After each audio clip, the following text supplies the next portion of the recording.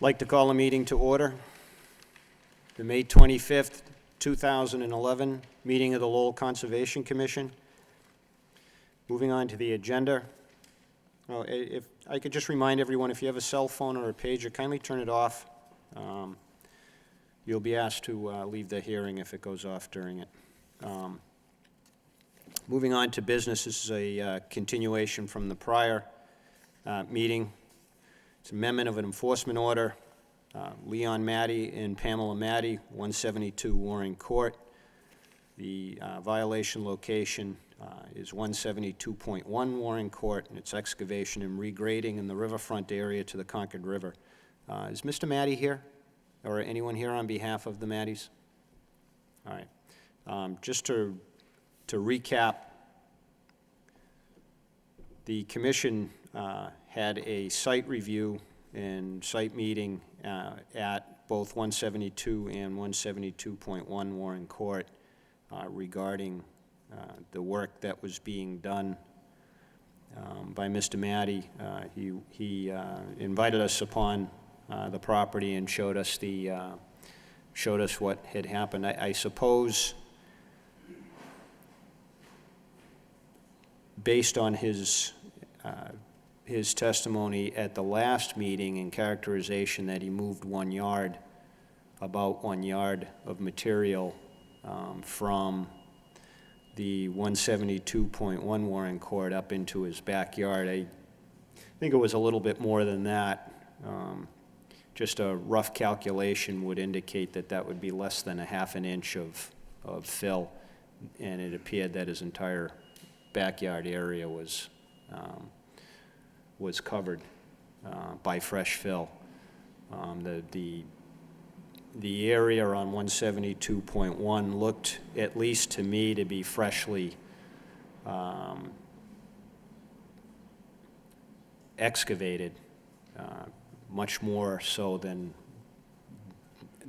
a yard. I mean, just my own rough guess is he's got about 112 square yards in his backyard area. All of it appeared to have freshly placed fill on it. Some of it was growing fresh grass, some of it wasn't. As I indicated, if you just do simple math, I mean, you get 0.32 inches of fill. That would be a yard. So it's clearly appeared to be way more than that. That being said, I think Mr. Maddie was finished with what he was doing. He characterized it as being finished. The site appeared to already have been in stabilization, and there's fresh grass growing. And from what we understand from Mr. Maddie, and also from other evidence that he cleaned up the 172.1 site, which, if anything, is a good thing. It's very close to the Concord River there. And whether or not he's going to pursue attempting toward ownership of that parcel or not, I mean, that's certainly within his purview, and I suppose I would encourage that. At least having a neighbor looking over the parcel and caring for it would be better than nothing. That being said,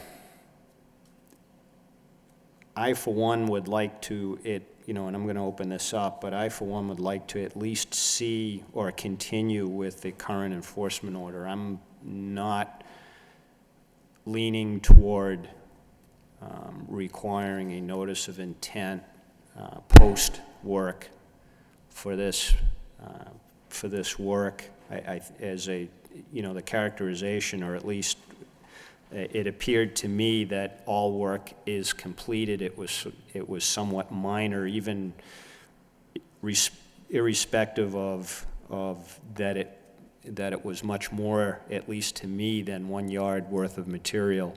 I still think that based on what I saw, I didn't see any excess fill brought into the floodplain of the Concord River.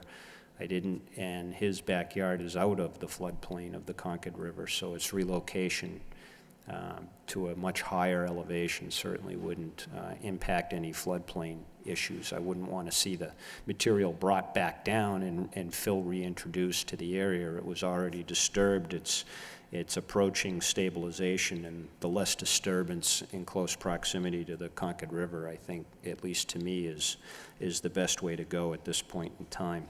I would, however, like to see at least that the enforcement order be continued, you know, perhaps through the summer months into the fall, and maybe reviewed next spring or after the spring.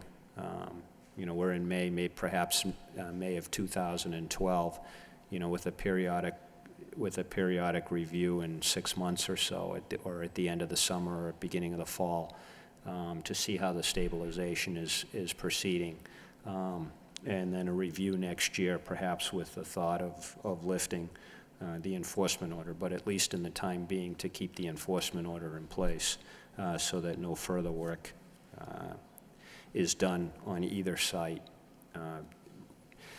Even though Mr. Maddie's property itself is out of the floodplain, it, however, still is within the riverfront and the bordering vegetated wetland areas of the Concord River. So still any work of the type that he has done would require a filing. So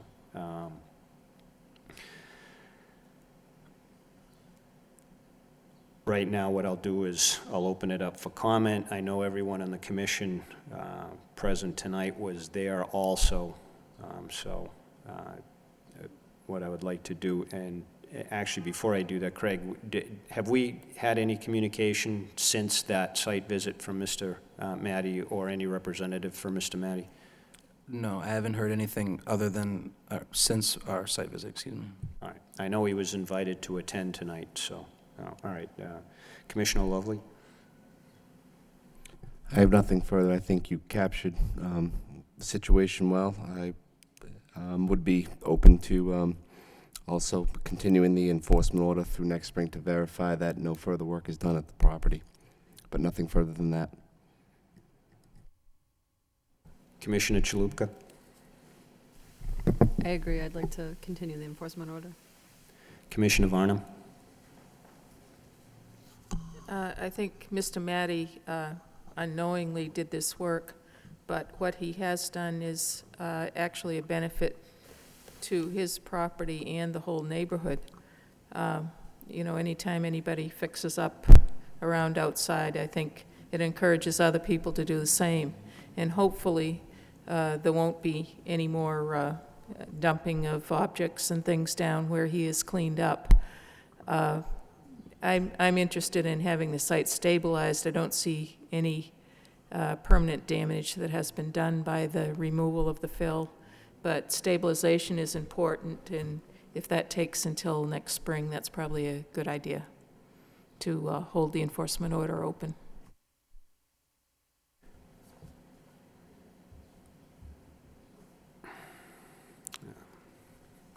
Do you think that, in that regard, do you think it would be prudent to include some sort of siltation barrier, or just it appeared to me at least that the bank was higher than the disturbed area. So I mean, it didn't seem to me. I think the disturbed area is now a bowl that isn't flowing towards.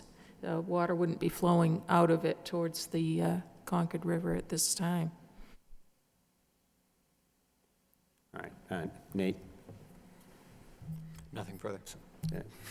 Commissioner Mellon, sorry. No additional. All right.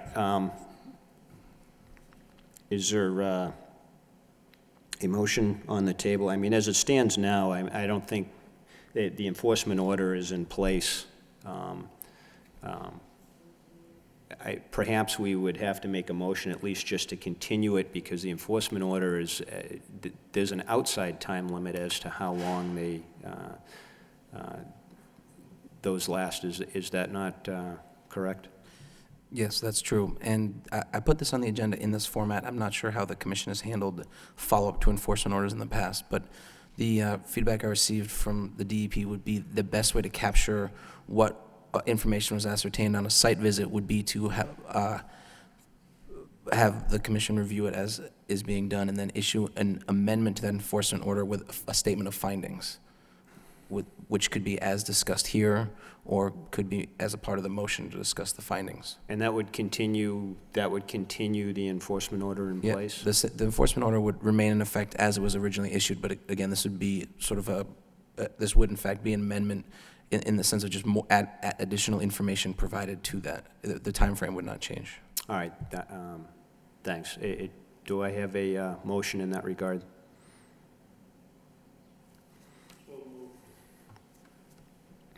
Do I have a second? Second. Any discussion?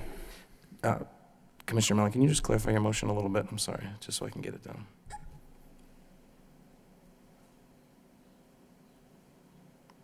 All right. I won't call a roll. All in favor? Commissioner Lobley? Aye. Commissioner Chalupka? Aye. Commissioner Varnum? Aye. Commissioner Moore? Aye. Commissioner Mellon? Aye. Chair votes yes. All right, motion carries. The enforcement order will remain in effect for further review. Why don't we put this on the table, put it on the agenda for perhaps mid-fall? And, we'll have you at some point in time, Craig, go out and take a look at it, or, if anyone is so inclined to go out and look at it, just to see how the stabilization is going. And then we, at that point in time, we can decide whether or not to continue it to the following spring. Okay, all right, good. Moving on, also a continuation from prior meetings, notice of intent. Mayank Patel, and this regarding 50 Stedman Street, DEP file number 2060674. The project location is 50 Stedman Street, and it's paving an existing gravel parking lot in the 100-foot buffer to an inland bank, and also the Black Brook. Yes, sir, if you could identify yourself for the record. Yeah, Mayank Patel, representing BAPS from 50 Stedman Street, Lowell, Massachusetts. And continuation from the last meeting and the suggestion we got from the Conservation Committee, we have submitted the latest S1A, S1B, and we have removed the parking from 1 to 11 and submitted the latest plan to the Commissioner. And I have gone through with Greg as well with all the comments from the last time and submitted the documents and such. So I hope today's meeting will go quick and get some feedback from you guys, and we can go from there for the approval. Okay, and you're talking about the comments from the DEP? That is correct. That was the comments from the DEP. The latest plan submitted to Nick over there, and gone through. That comment was related to the old plans which they are reviewing. So the latest plan they have gone through, and I walked through with them, and you will see the notes, the latest one. So so far I have everything which is intent to be processed. All right. It would be helpful at the next meeting if you had your engineer here to discuss these comments, because I know, and correct me if I'm wrong, I don't think you have the technical expertise or certifications to discuss some of these issues that have been raised. So having your engineer here with respect, for one, with the DEP, comments regarding the placement of this popcorn pavement, or the porous pavement on the site, and how it will affect, and what sort of, or how it will affect what's presently in existence, and how you will treat water quality and infiltration based on the water quality standards and also on site runoff and suspended solids. They're fairly technical issues. Yes, and those are already submitted, the storm reports and all the CDs and hydro calculation all already submitted to the plan. And we are not talking here like hundreds of Okay, parking we spaces. haven't seen any of that, though. And that's something that we're going to need to see and how those are addressed. Okay, the other issue is last meeting we had discussed the removal of the additional piggyback spaces that was towards the northeast corner of the parking area and moving it to the south. Mhm. But it has come to my attention that you don't own the property towards the south where you're intending to piggyback the new spaces on the south end of the property. That's off your property. So there's no property bound on the plan that's been submitted. So your engineer's going to have to include the property bounds. All right. I know it was discussed with respect to the eastern side of the property in prior meetings, but there's no property bound indicated on the plan on the southern side. There is a tick back towards the extreme south, but that doesn't agree with what the city GIS shows as the property bound. It's not even close. So there's a fairly severe discrepancy there that needs to be addressed. Okay. So we are not going that far either, so just wanted to give you the update of that. So we are Say that again. we are just updating the one lane, which the boundary line is far away from that, so just. Yeah, wanted- but I understand that, but the city GIS and the recorded plan at the Registry of Deeds doesn't agree with the property bound that's indicated on the plan. So, that's what I'm indicating, all Mhm. right? I don't know which one is correct, okay? Mhm. You know, we have a plan in front of us that's indicating a property bound, and there's also evidence that is available through the city records and through the county records or the state records that indicate otherwise, so that has to be reconciled and addressed by your engineer, okay? It could be that it's correct, but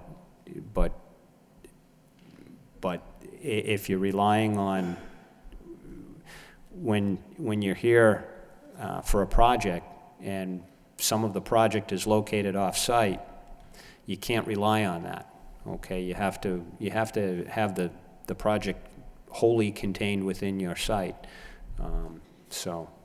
I think we need to see some sort of evidence, to it, a deed or a recorded plan that indicates that that's your property, okay?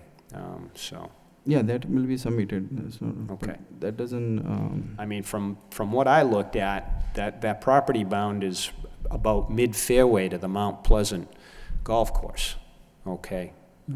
When I reviewed the city GIS and was looking at your plan that's been submitted, that the property bound that's there goes through a sand trap.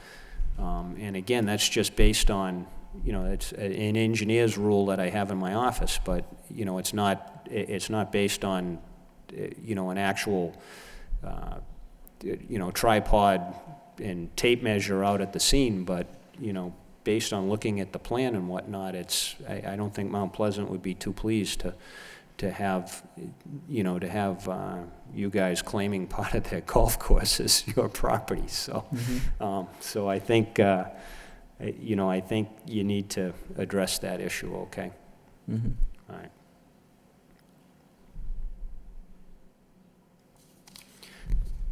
All right, I'm going to open this up for questions from the commission. Commissioner Lovely?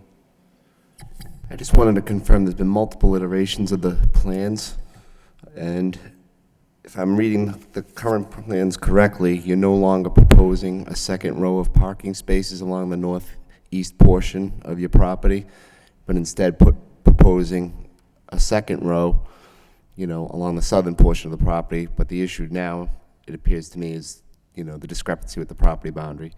I just want to make sure I'm capturing the issue correctly, because there's been, I think, 3 sets of plans that I've seen since being involved with this project. Is that correct?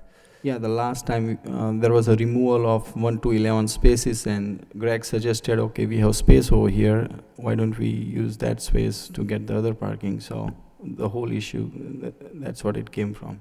And if that needs to be removed, we need to remove it. So I like to get that. Yeah, that is correct.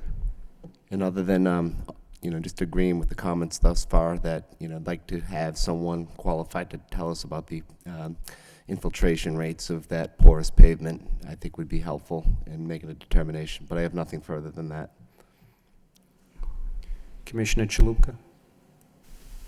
On the newer map is S1B, is that correct? Correct. So are the parking spots you originally proposed still on here? The ones in the northeast corner? The latest one does not show. There are a few removals from 1 to 11, which is gone. So there are only few left now on that area. So there's just 4, right? Yeah. Okay. Yeah. Nothing else? Commissioner Varnum? No questions. Commissioner Moore? No comment. Commissioner Mellon? No comment. Craig, I guess I'm a little confused now. Do we have information from the applicant regarding the DEP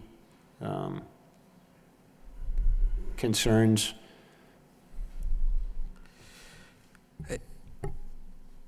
I can't speak to exactly what was provided to the DEP, but I would agree with Mr. Patel that either a different version of the plans was provided. I know from speaking with the DEP that first a different version of the plans was provided. They received the original plan set, but these comments are actually based on the newest plan set.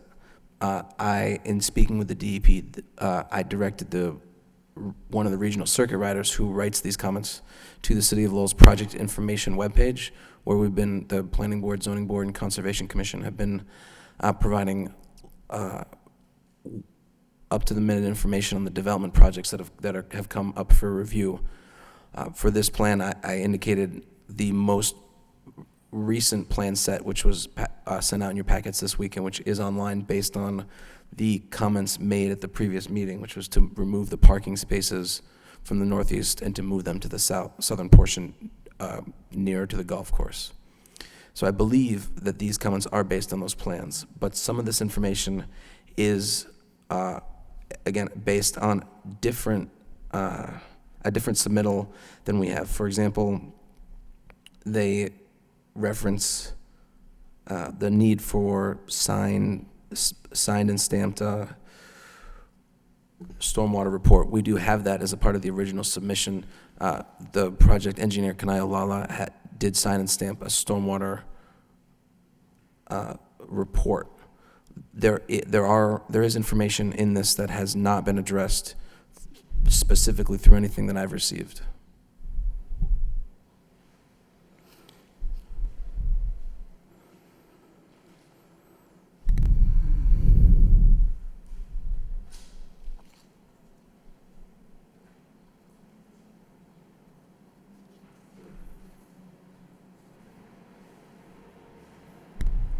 Well, as Commissioner Lovely had indicated, do we have a cross-sectional infiltration to meet the stormwater management and, to improve the conditions to the best possible extent?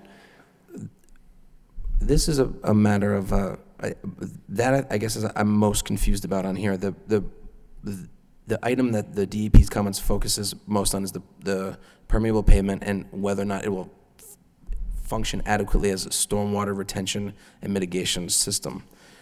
There was a stormwater report, again, provided by the project's engineer that was reviewed by the City of Lowell Engineering Department.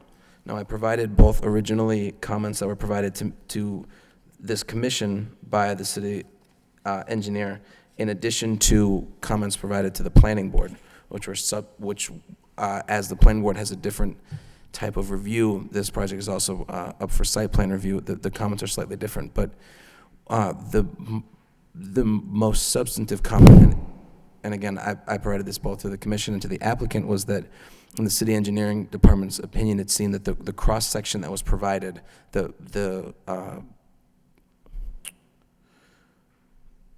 profile of the layering for the permeable pavement was not sufficient information to construct the project. In that it was, sort of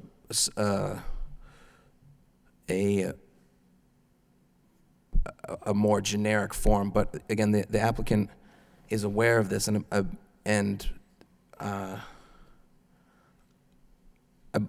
believe, Mr. Patel, you had given me an explanation as to how you viewed that, if you want to explain that more. We have submitted the documentation, and you did mention that you have gone through the city planning board and city manager, how the porous concrete will be, like what type of material and such, and we gave the Kanaya did give that information in the PDF file, which has all the illustration of the layers which needed. And we asked that if any further needed, we can definitely go through the contractor and get it more, the one who required. But that is the secondary stage. Was that information provided to the city engineer? Yeah. And they've reviewed that? Yeah. Do we have, I mean, I know they had made some comments, but. I want to be very clear on what Mr. Patel said. What was provided to us was a stock form that generally describes the product that they're proposing to use, but it's not a schematic nor a site-specific analysis of what will be put down there. And that is what the engineering department has indicated to me is a necessary step for construction. And that, again, is what Mr. Patel says. Well, it is a little bit of a, do we hire do we bring the contractor on now to get that information? But again, the planning board comments on this project indicate that information is needed to be able to build out this project. Is that, The porous. do you understand that? Yeah, that is reference to the porous material, what type of material All right. porous and how that layer would be. Okay, I think And this, that yeah, is- I think the city engineering department has some concerns that they want to see some site-specific cross-sections as to the porous pavement, and not just the generic information provided by the manufacturer. I think, The porous pavement we have done in the Lowell recently, that's what we got the suggestion from, like Greg's and his team, like Aaron from the planning board, to use the porous as the best method, like the technology-wise. So Okay. that's the route we are going through, and those are the guys who give us go through the contractor-wise and the listing and such. So we have taken all the approach which city has provided to us, and we have given everything what we have so far. I understand that, but it sounds like to me that the city engineering department, who does provide feedback to us, has some questions still, and are requesting more particular information. Since we submitted, I never get feedback. I talked to Greg about it. How that relates to us is that your proposed changes by going from gravel to a porous pavement, you're required under the performance standards to meet or exceed the current conditions and to improve the conditions That is as far as correct. infiltration, handling of suspended solids, and runoff on the site. When you make these proposed changes, you can't make the site worse than it currently is. You have to actually improve the site. Definitely, and that's the whole goal, is to add that. And right now, the site is flat, as you say, pre and post will be the same. Greg has visited multiple times site, and if you have concern, we'll definitely put it into the list, and we can get it done. Okay, all right. What I'm going to do now is just open it up, just for any comments. How this is going to proceed is I'm assuming you're going to need some time to address these issues, especially with respect to the the property bound, but also with respect to what we've discussed regarding the DEP comments and what's still open with the city engineer. Okay. Those are viable information. We can give it anytime offline. So that's not anything we are holding right now. All right. So just wanted to let you know. All right. Is there anyone here who'd like to offer their comments or concerns regarding this project? Yes, ma'am. If you could kindly step up to the podium and introduce yourself for the record. Good evening. My name is Elizabeth Often. I'm a abutter to the 50 Stedman Street property. My place of residence is Montgomery Ave in the Highlands.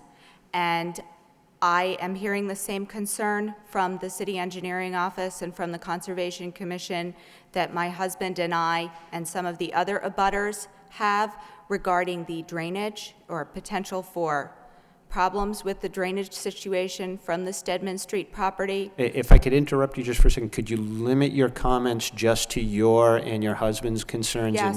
And not other abutters? They Yep. have a right to be here if they would like, but you have no, I you have- can't speak for them. exactly. Thank you. Okay. Thank you.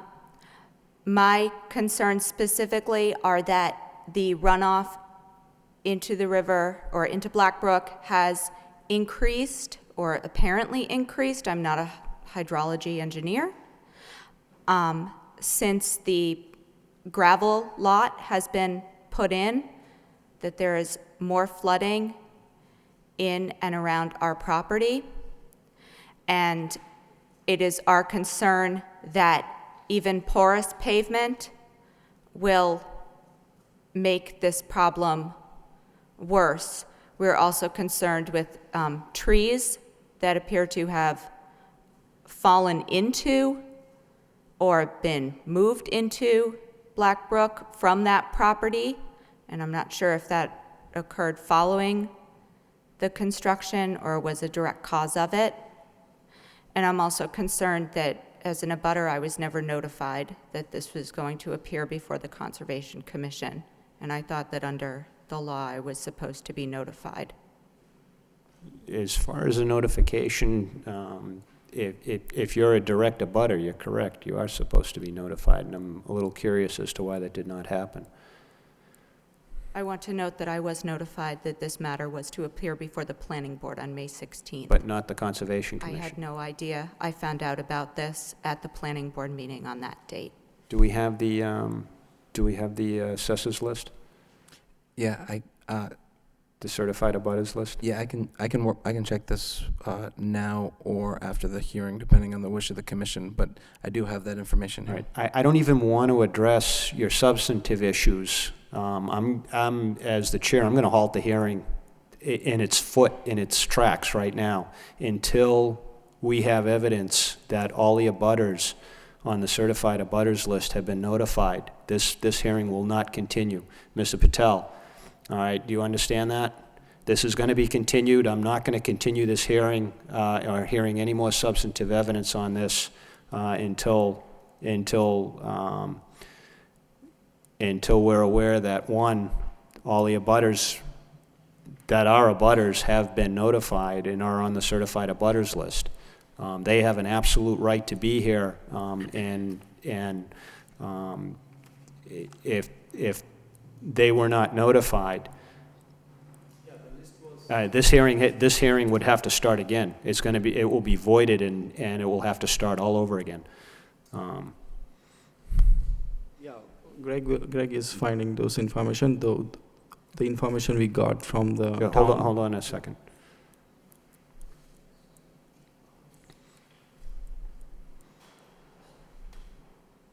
So the certified abutters list does include Ms. Offen's property. I'll look to see if we have evidence that it was mailed to her.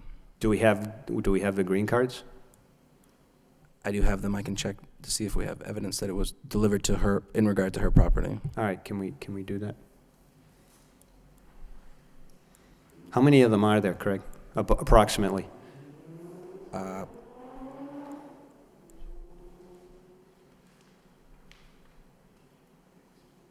About 80. All right, let me, just hold on before we do that. All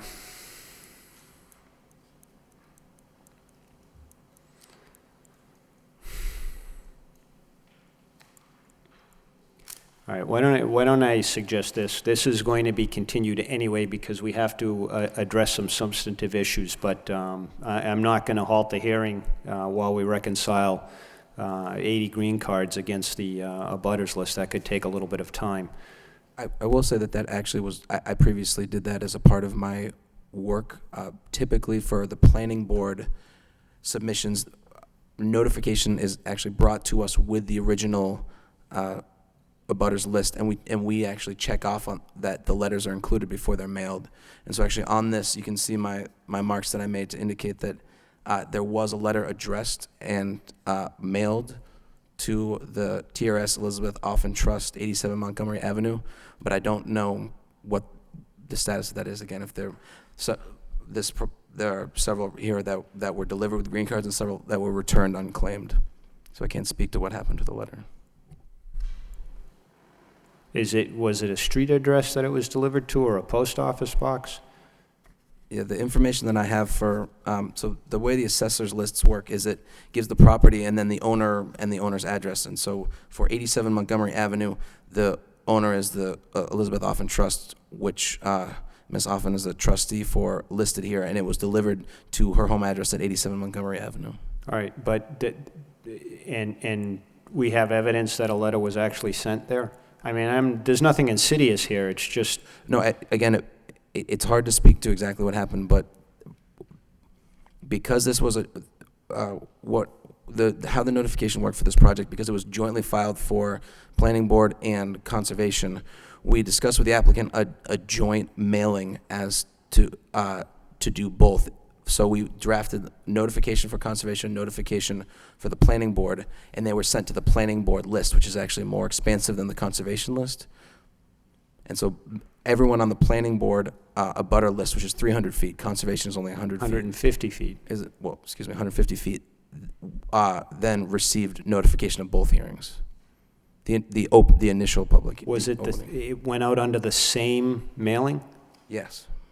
But is there a chance then that the only notification that was included was just the planning board hearing notification and not the conservation hearing notification? There is a chance of that, but because of the concern for just that reason, we actually, so again, with planning board notification, letters are typically brought to the Department of Planning and Development. We check the names versus against the assessor's list that's provided, and then actually bring the white cards and have them mailed ourselves, so we can say we know these were correctly stamped and it matches up with the list. But we don't know what the actual notice was given. If it was just the planning board notice, then that's not sufficient notice. Again, in this example, we requested several letters to be left open so we could review what was sent, and in those letters that we reviewed, it had both notices and both were correct as far as giving the appropriate amount of information in regards to time and place of the hearing. I did not check personally, nor do I believe anyone in the department checked each individual letter for both notices, but those that were left to be checked did have both notices in them.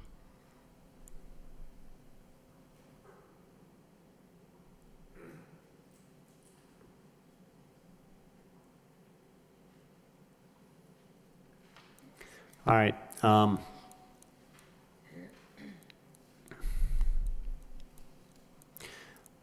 I mean, since this has to be continued anyway, yes, ma'am.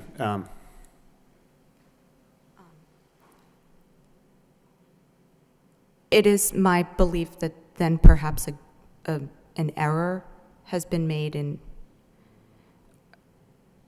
I don't know where it would have happened, but I do know that there is a substantial fee associated with the filing of said permits and restarting the process all over again.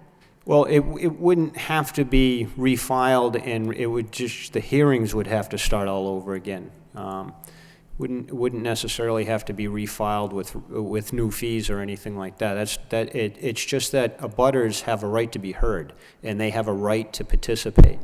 And when they don't get notice, what happens is if the hearings proceed, if it actually comes to a vote and in order issues either yes or no or whatnot, and people that had a right to participate in the process weren't here, then they have a right to appeal. Not only on substantive issues, but on procedural issues, which stop the process in its tracks, literally. So that's a very important part of the public hearing process, is that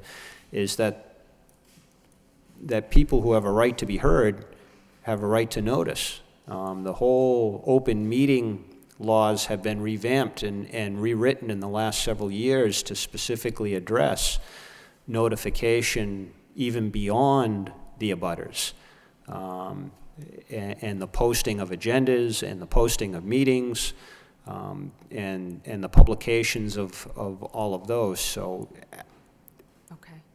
Thank you, Commissioner. okay. So in any event, since this needs to be continued to address certain substantive issues, what I would like to do right now is entertain a motion to continue, but also I want to get to the bottom of whether or not we appear to at least to have some, some evidence. We rely on the certified abutters list and on the green cards that are returned. It's required that these notices be sent out by certified mail. It's also published in the Lowell Sun, and that's the method of notification. The agendas are also posted at City Hall, and that is, those are 3 different methods of notification. So at least what I would like to do now is entertain a motion to continue, one, to address obviously the issues that have been raised by the commission with respect to the applicant, but then secondarily to get at least to double check whether or not all the abutters have been notified. Craig, I for one, I don't want to speak for the inner process of what the planning and development department is doing, but combining 2 different notices for 2 different hearings in front of 2 different boards in one mailing, to me seems like not the best of ideas. But I'll let people who are more versed in that make those decisions, but it doesn't sound like the best of practices to be sending out multiple notices in one mailing. All right. Yeah, Mr. Patel? Did you have- I just want to check with Greg to make sure that was sent out to It her. appears that it was, Right. but I just want to... And I want to also mention gotta that double check. whatever the returns came, we want to make sure those are right notice. Those are, we have verified multiple times with Greg, and Greg knows about it. The process which Greg mentioned, we have gone through intensive, like multiple times we have came and gone through mailing, stamping, and like it is a tedious process, but we went through and we have spent like $2,000 just for mailing. It's a lot of cost we have spent. The intent of the multiple mailing was to keep down the cost for this, and it has been complicated, but I did open up, several of the letters were returned actually to us unclaimed. This was actually taken by the city of Lowell for tax title property that was never opened, but I opened it now to review, and I can give it to the commission to review. It did have both notices in it. And I did actually find, while we were talking, the green card for 87 Montgomery Avenue. And it's unclear who signed it, but I don't know if we can talk about this later, continue the hearing, and I can write up a memo on that. Yeah, it can be discussed later. I don't think we need to hash this out. There's some question, but right now, since it's being continued anyway, let's address the substantive issues that have been raised in the DEP comments, the city engineers' concerns, our concerns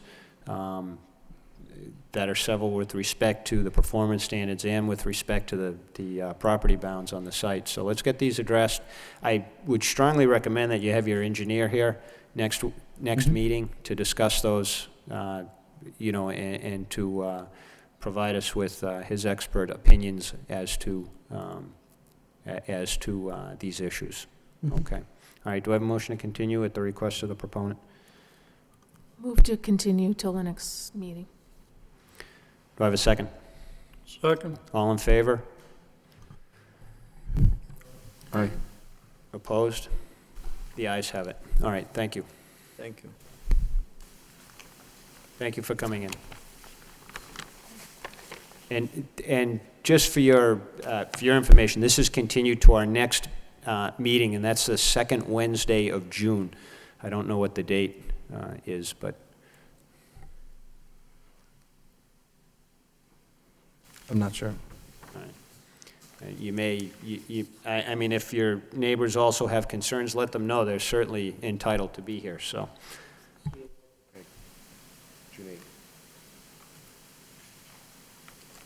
June 8th.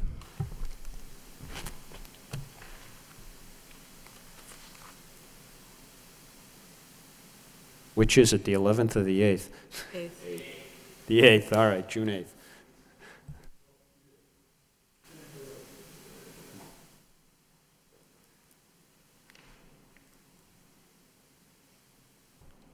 All right, moving on.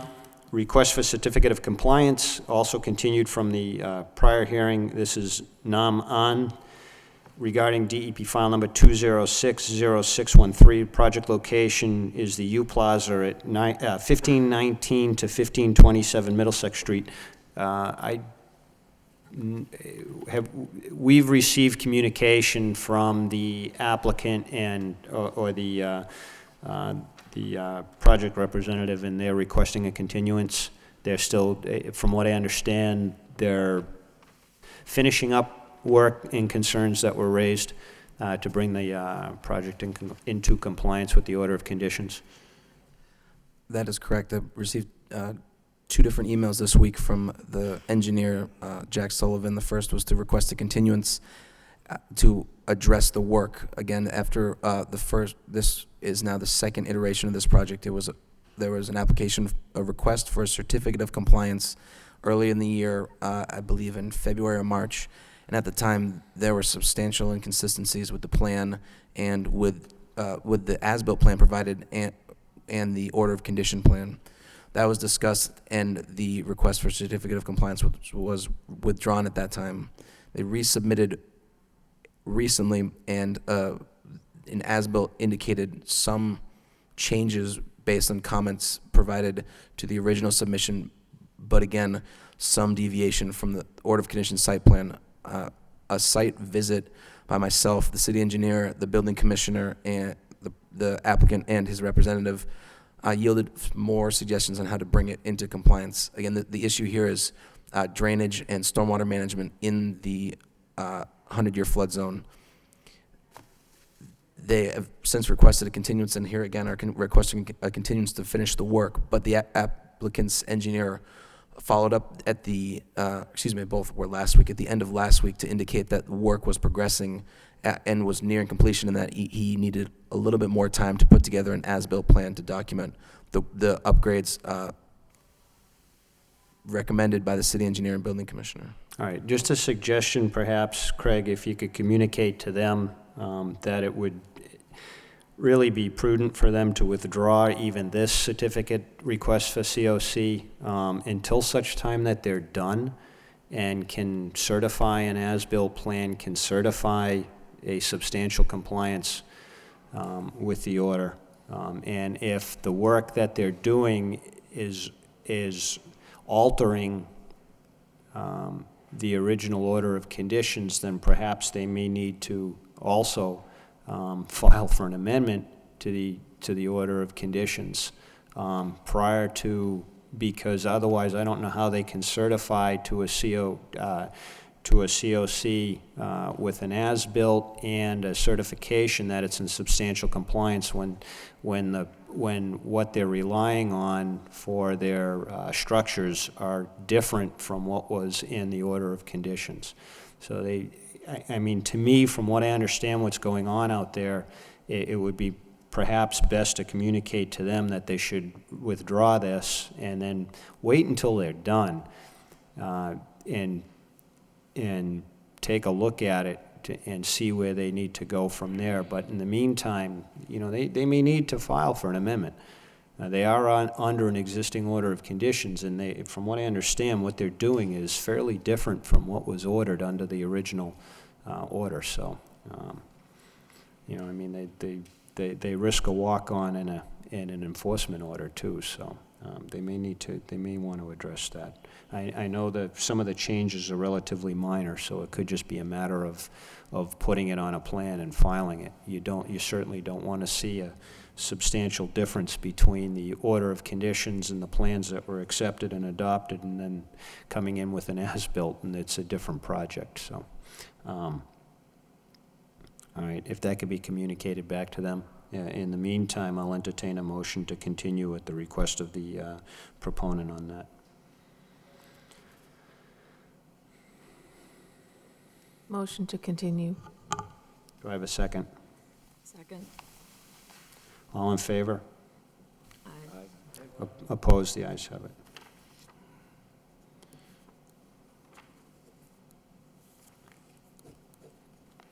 Moving on, request for determination of applicability, National Grid. Project location is 1 through 9 Cayenne Street, and it's the installation of soil borings in the 100-foot buffer zone to an inland bank with respect to the location near the Pawtucket Canal. If you could kindly identify yourself for the record. Yes, you took my thunder, by the way. It was a very short, very short explanation. My name is Jason Naden.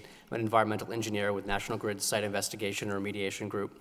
And the RDA in front of you that we were looking for a negative determination on just does exactly what you said. It puts in installation of soil borings to monitor site conditions at a site that is fee-owned by the City of Lowell. And National Grid's taken responsibility to investigate that location, and I think the cover letter lays a lot of things out, so I won't take up much of your time. I also brought along our licensed site professional. It is administered under DEP, so he has control of that, and he's also a professional engineer with Innovative Engineering Solutions, who put the RDA together on my behalf, and just have him give you a brief explanation, and either of us will answer any questions that you have. Thank you. Good evening. My name's Joe Higgins with IESI. This project has kind of been ongoing for a long time. We were ready to clean this site up probably 10 years ago or so, but there were problems with the ownership and with the regulations that did not allow National Grid to clean this property up because they did not own it. Ultimately, through some work with National Grid and the City of Lowell, the City of Lowell now owns the property, and as Jason indicated, there's an agreement in place for National Grid to restart that cleanup of this property. We need to get approval from 2 entities for the cleanup piece of it, not just for the wetlands piece. And the entities are EPA under their TSCA program because it's got PCBs on the site, and we need approval from DEP under the MCP process. I'm the LSP for this process, so the DEP approval, it's really based on my professional judgment. Based on our recent dealings with EPA on other TSCA sites, we felt it prudent to really go back and reinvestigate this site so we know exactly what we need to dig up before we close this site out. So the plan in front of you, I think there's about 60-some borings that we're proposing to install, and you're probably wondering why so many. The footprint of this site's pretty small. It's about 6,000, 8,000 square feet. It's a lot of holes to put in the ground for such a small piece of property. EPA cleanup regulations for PCBs require a very tight spacing when you do in situ characterization like that. And those regulations have somewhat evolved since we first proposed to clean this property up many years ago. So that's another reason why we decided to go back and just recharacterize this. I have 2 questions. One, obviously the plan looks like it has measles. I'm assuming those red dots are your borings. Those are borings, yes. Yeah. How did the ice bladders and whatnot, and the sheen collection and the charcoal remediation work Working well. out on the canal? That's working well. Yeah. We just inspected that. That's not related to this project, by the way. We inspected those last week, and we've actually removed the outer containment boom. But that's in close proximity to this, It though. is actually right in front of the property down on the left side of your plan is 15 Cayenne. Is this related to that issue, or? We don't think so, no. We haven't seen PCBs out in the canal or sediments in the canal. It just so happens, we had been working on one Cayenne for years, and the National Grid had us help out on the canal problem. Canal problem is more related to the gas plant site. This piece here is from the gentleman who used to own this, had managed transformers. He reclaimed transformers there, and the oil went into the ground, the transformer oil. So what, assuming the worst-case scenario, what happens? Our plan before was to excavate the majority of the PCB contaminated soils. That piece is still in place. We just want to find out how much we're going to dig up. And that's the purpose of the borings? Yes. Okay. And describe a representative boring. We're going to go in with a fairly small drill rig. It's called a geoprobe, and they're going to push the sampler into the ground. They will take a 4 or 5 foot core, and out of that core, we'll section it into 1 or 2 foot segments and take a sample out of that segment. We'll save the rest of the core and analyze it if the one above it indicates we need to analyze it. You i.e. said we have 4 or 5 foot, 4 or 5 feet deep? deep. Well, the cores are going to go down to the top of rock, but each time we push it down, it can only take 5 feet at a time. Okay, so the borings could be much deeper then? They'll go, I think top of rock there's about 15 to 20 feet. Okay. And how big around in diameter approximately? No more than 4 inches. And all the soil that you take out is contained for your testing? We will keep it, we're going to put it in boxes and move it over to Dutton Street, the National Grid property. What we don't use will go into drums and be shipped off for later disposal. What happens to the holes? We'll fill them up with grout. Okay. All right. Commissioner Lovely? I have no further questions. You've asked the questions I was going to ask. Commissioner Chalupka? I might have missed something. What's National Grid's interest in this site? It's a long story. Mr. Chandonnet had received transformers from a predecessor company of National Grid, as well as 13 or 14 other utility companies. When cleanup was initiated on this property, they formed a group called the Chandonnet Site Steering Committee. And through mergers, Mass Electric is the last one left standing. So they inherited the responsibility to get rid Yes. of the toxic substances? Yes. Okay. They did, and there's one other utility left standing, I think. And the regulations did not allow National Grid to proceed with the cleanup because they were not the owner of the property. The owner has to present the cleanup plan to EPA. And National Grid could not buy the property at the time because TSCA did not allow purchase of PCB contaminated property. These It was properties illegal are now commerce of owned by the PCBs. city? Pardon me? The properties are now owned by the city of Lowell? The city of Lowell now owns it. Thank you. Commissioner Varnum? No questions. Commissioner Moore? So I see you have borings planned in the interior of these existing structures? If we can get in there without demolishing the structure, we will collect those borings. If we can't, we will have contingencies to put those in as part of the demolition, and we'll come back before you before we do any demolition or excavation. That's where I was headed, thanks. Commissioner Mellon? No further questions.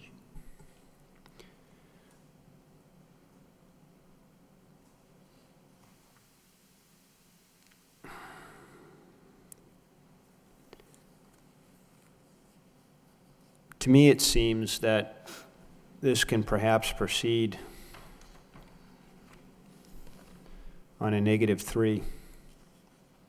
You know, and again, I'll open it up for discussion, but, I mean, are you requesting specifically a positive determination on this, or, to me, it seems that, you know, your work is, you know, is within the boundaries of the Wetlands Protection Act and the City of Lowell Wetlands Ordinance, but it's not likely to impact the resources. So it's, you know, we typically see these, you know, short excavation, small excavation type projects that create very minimal disturbance, and deal with them with what we call a -3 determination, that the work is jurisdictional but not likely to, you know, not likely to negatively impact, you know, the resource. So That's how we'd like to proceed. all right, I don't know if, I'm not hearing any other comments, but, you know, I'm not going to make the motion, though, either. Is there anyone here who'd like to offer their comments or concerns regarding this submittal? All right, Chair notes that there's no one here other than the applicant.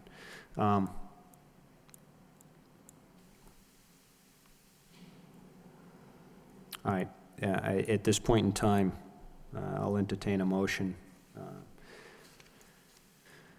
Either, you know, we have two options. One is a positive determination. The second option is a -3 determination.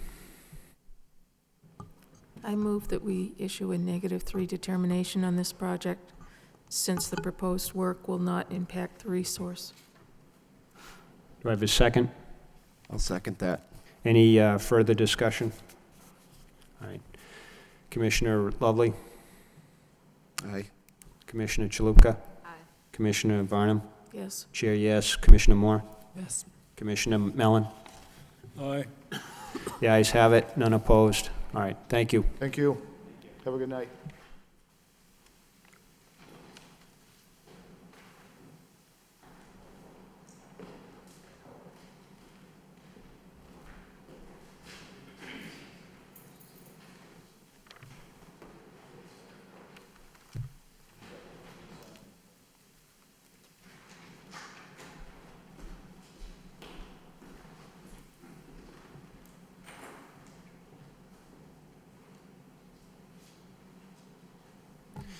Moving on, request for certificate of compliance, Michael McDowell, regarding project, do we have a DEP file number on that one?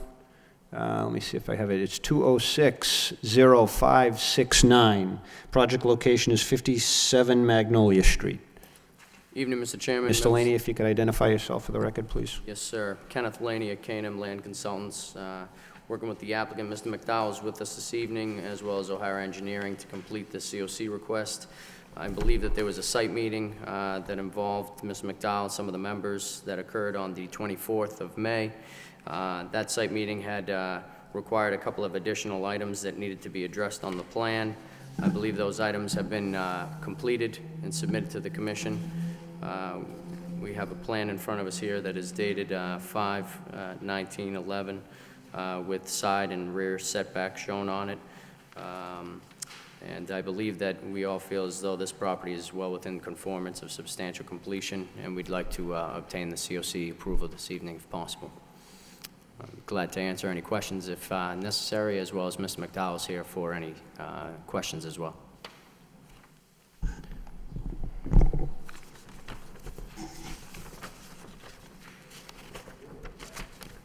Ms. Laney, who's Mark O'Hara? And Mark O'Hara? yeah. He's, Mark O'Hara's a civil engineer, lives in Lowell. Been working with him for probably 10 years now, Mr. Oh, all Zapper. right, okay, Yep. so, all right, so he's the one who certified the plans, okay. Absolutely. In the as-built. Commissioner Lovely, any questions for the No proponent? comments or questions? Commissioner Chalupka? No questions. Commissioner Varnum?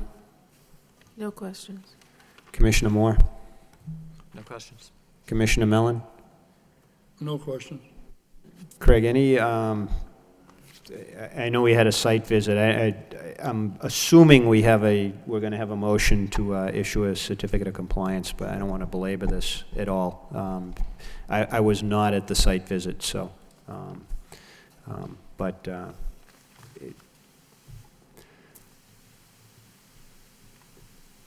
well,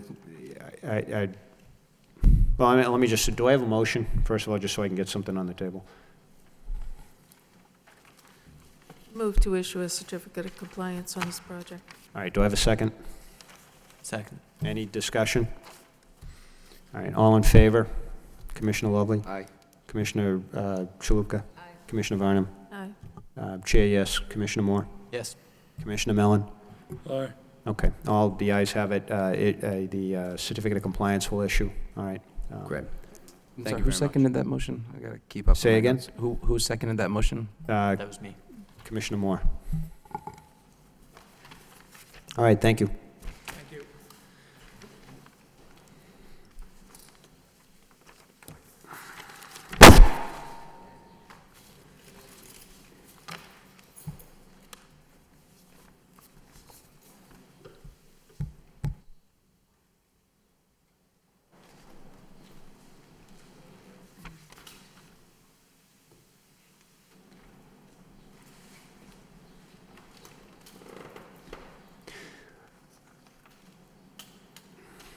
Moving on, also a request for a certificate of compliance from the Riverfront Development Corp.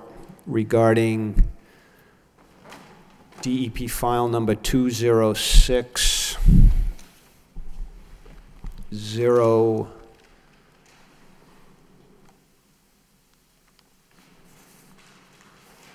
I think 558, is that correct? Yes, 206-0558. Okay. And the project location was 135, 136, 156, and 157 Perkins Street, and that was the former Lawrence Mills. And it's now, I believe, Renaissance on the River? That's correct. Okay. And also, there's also other parcels involved, too, that were part of the original order, but I know that's not part of your discussion tonight, but we will be talking about those. Okay. All right. If you could kindly identify yourself for the record. Sure. My name is Matthew Middlestat with EA Fish Development, speaking on behalf of Riverfront Development, LLC, the applicant. Also joining me tonight is Tim Condon from Lightship Engineering. We're both happy to answer any questions.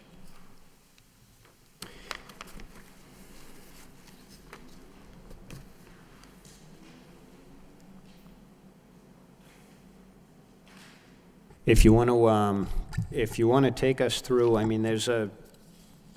mean, typically, as you are aware, on a request for certificate of compliance, we're looking for a couple of particular things.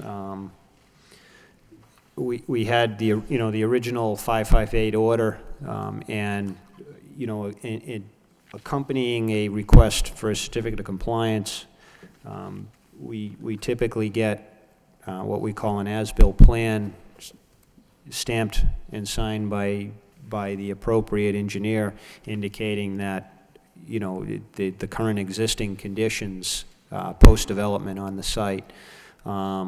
Secondly, and also required is a certification that the project was built in substantial compliance with the original order. Now, there's a couple of special conditions on the order that, for lack of a better term, kind of don't exist.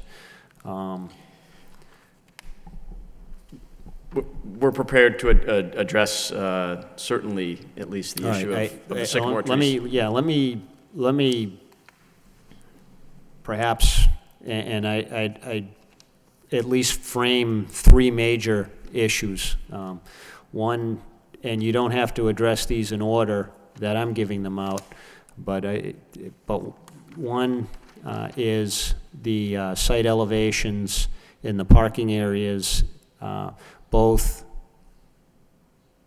as to elevation and as to drainage, that was to be addressed with respect not only to the slopes and the elevations, but also with respect to infrastructure, catch basins, and whatnot, which I'm not seeing anything on that, so I think we need to discuss that.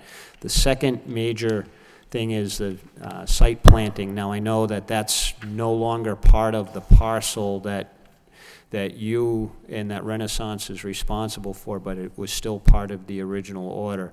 And then the third thing, and none of us are magicians, but the sycamore trees have to be discussed in some way, shape, or form. Sure. Because the last issue is probably the simplest to discuss, maybe we could just Careful with that. Least technical in nature. I did bring, and I mentioned to Craig, I did bring some photographs of the site at multiple intervals after construction was complete, and that evidence the fact that the sycamore trees were alive and thriving at that point. If I could enter that into. Yes, the only PowerPoint.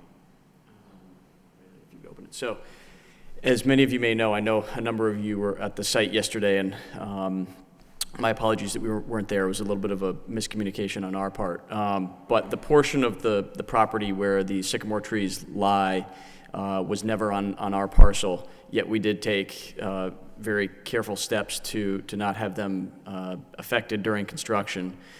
Shortly after construction was complete, or actually during the later portion of construction, that parcel became a parking lot for UMass Lowell, which benefited the students and faculty for parking prior to the structured parking being complete by the Lasher Stadium. So we did have a construction trailer on that parcel by license, but we never controlled that piece. We did, again, take careful steps to make sure that the trees were not affected, and the photographs that I have here tonight show that the tree was still alive and producing leaves after the construction was complete. So I can say with sincerity that I don't know how they were removed. We had been off the parcel for quite a while, off the project for quite a while when it was done.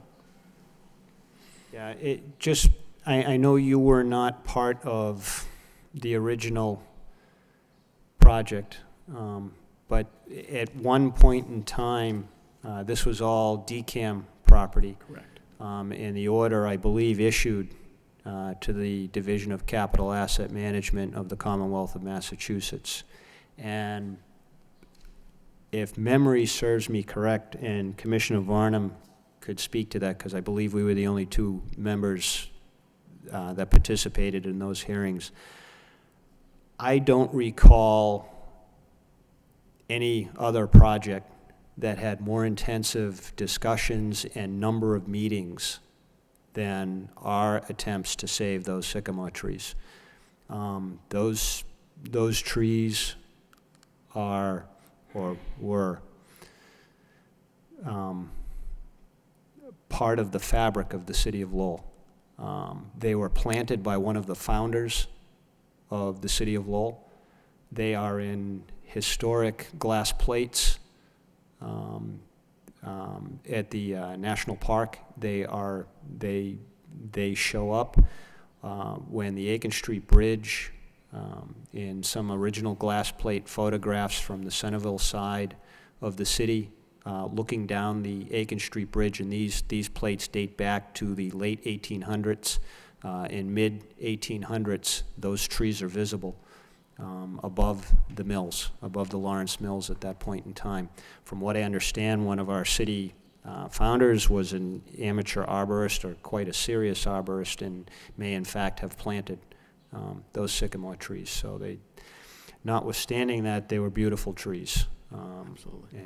And we, as a commission, felt that they were a resource and worthy of extraordinary measures to protect them. We were deeply saddened by their removal, and it was almost done surreptitiously. I understand that you, as part of the Renaissance, were not part of that, but you sort of inherit it by way of, and somewhat by way of, when you acquire a property with outstanding orders, and I know that you did not acquire that parcel, but still is order of conditions.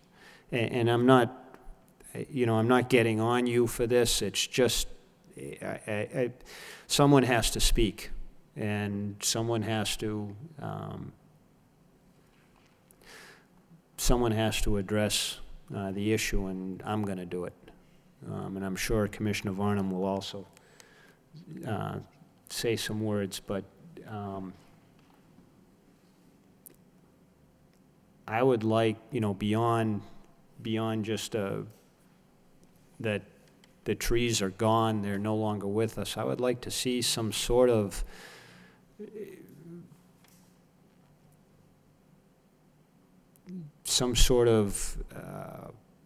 planting, some sort of investigation, not as to what happened, it's done. There's nothing we can do about that, but as far as perhaps harvesting something new out there, something appropriate that would serve in remembrance of those trees. It's just a quick trip over to the National Park Service and reviewing some of the National Park headquarters and reviewing some of those historic photographs and plates. You're going to see them. They're in there. So our city is visited by hundreds of thousands of people during the summer months to view the spinners. Anyone who sits on the third base side there, those trees were a feature of every foul ball, every ball hit over in that area. Those trees were visible. The park, there was 3 original proposals for LaLasha Park, 3 different ways to situate the park when they originally came in front of the commission, and all of them were and gave lip service or gave part of the aesthetic placement of the park was because, or in part because of those trees, and part such that fans not only could enjoy the game in front of us, but could also enjoy the beauty of the city. And those trees were part of that. They were actually discussed in the hearings. Also the Aiken Street Bridge. I mean, it's anyone who's attended a game and looked out over the Centerville section of the city. I mean, it's a beautiful sight to see. It's a beautiful part of the city. It's an urban part, but it's kind of unusual to see, trees such as that in that particular area.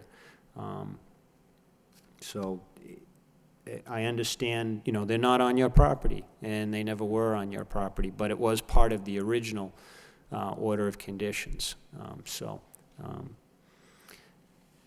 As I said, I for one would like to see some sort of something done. So, smarter people than me to put their heads together to denote that those trees were there, or perhaps with some sort of new planting, some new tree that will, thrive and flourish somewhere nearby on that site, and will be as stately in the next 150 years as those trees were.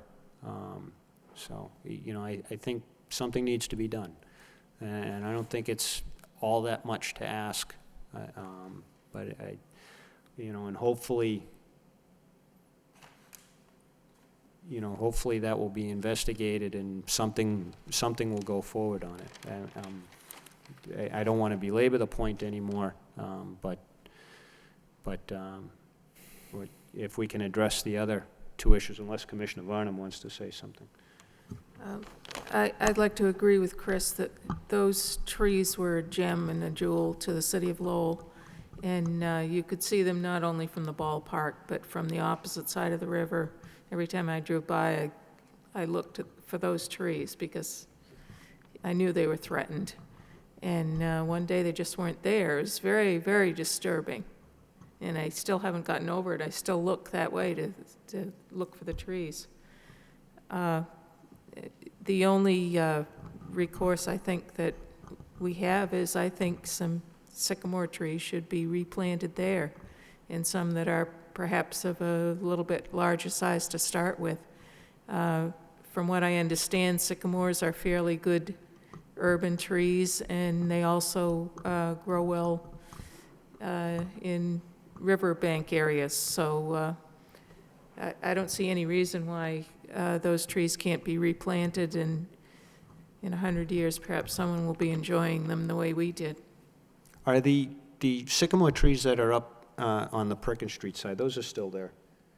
Perhaps, and it's a suggestion, and I know this isn't on your property too, but, perhaps some sort of, an arborist could be brought in, retained, and opinions could be obtained, and perhaps trying to harvest a new, some saplings from the other stock that's still on the site.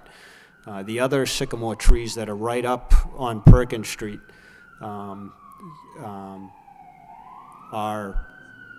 were also part of our concern, and they were never threatened like these trees were, and they weren't as stately, but they're still there. And perhaps something can be harvested from that stock, because they're very old also, and they've been there for quite some time. Most likely, they all had the same progenitor, so so maybe something can be done with respect to that, and harvest it. I don't know what your property bounds are now. Maybe it can be done in conjunction with the city. I guess it's either a city park or a state park that's part of this also.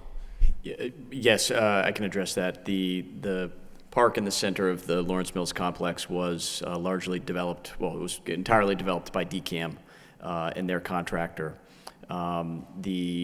There is a process for the transfer of that park to the city of Lowell. I don't believe that the city of Lowell is certainly caring and maintaining for that park. As of today, I don't believe that transfer has formally been made. So that's still with DCAM? I believe it is. Please don't hold me to that, but we can certainly look into that. I know that there is a process for the transfer. Whether that's taken place yet, I'm not certain. Okay. See, I mean, therein lies some of our problem with this request too, because the order covered the DCAM property, and I know you're requesting a COC, but I mean, just to go for it would be difficult for us to issue anything but a partial COC, because issuing a certificate of compliance on the project, you don't even control everything that the original order controlled, because the parking area is owned by UMass Lowell.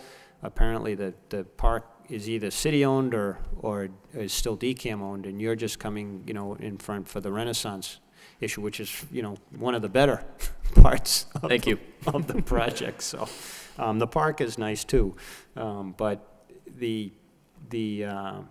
and arguably your particular property, and I don't know where your property bounds are, but your particular part of the project was one of the lesser intrusive. We were mainly concerned with the outside dust and sandblasting and, the type of work that they were doing to the exterior of the building that may impact on the resources. Mm-hmm. But in any event, I know some of the parking areas are yours, so you have to discuss, Sure. The infrastructure that's there and the drainage and the grading, but. Absolutely. And did I mention the plantings? I did. So. I believe so. Yeah, okay. In So the initial. We need, and again, that's mostly with respect to the park. So again, it may be something that's going to fall down on you, even though you don't own the property, to discuss this with the city, as far as whether or not, none of the plantings that were proposed were ever done. So what needs to be investigated is whether the plantings that are there and were done are appropriate for, and as I said, it's other than the UMass Lowell parking area, which is an eyesore, you've got the other parcels in your property, which are, all really nice. So, I won't interrupt you anymore. Why don't you continue, and let's address the things that have been raised, and this also.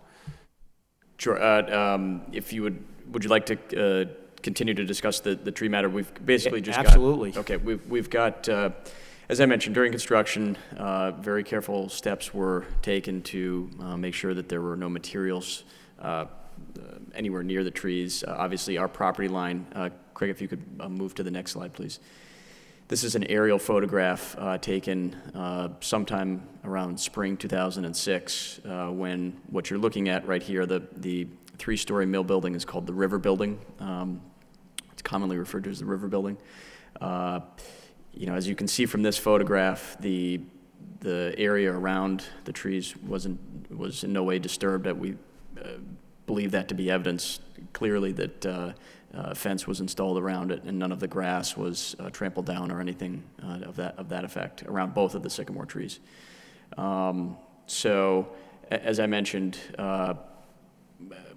we completed the project. The river building project was phase 1 of Renaissance on the River. It was actually completed in November of 2005 when we began selling condominium units. That is a for-sale condominium property. So this photograph was taken around about the time the second phase was completed in spring, early summer 2006. We had some aerial photography done. We think showing that the trees were properly maintained from our perspective. Again, even though it's not on our property. This photograph does show Jersey barriers on the left-hand side of the tree. Those were fully installed and part of the parking lot operation for UMass Lowell. So, happy to field any questions on the.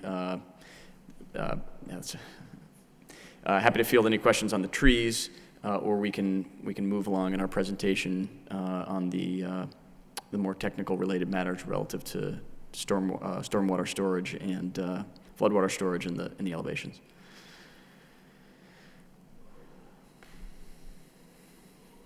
Okay. I'd like to introduce Tim Condon from Lightship Engineering. Do you need me to say my name officially, or are we all set? Timothy Condon, Lightship Engineering, representing the applicant.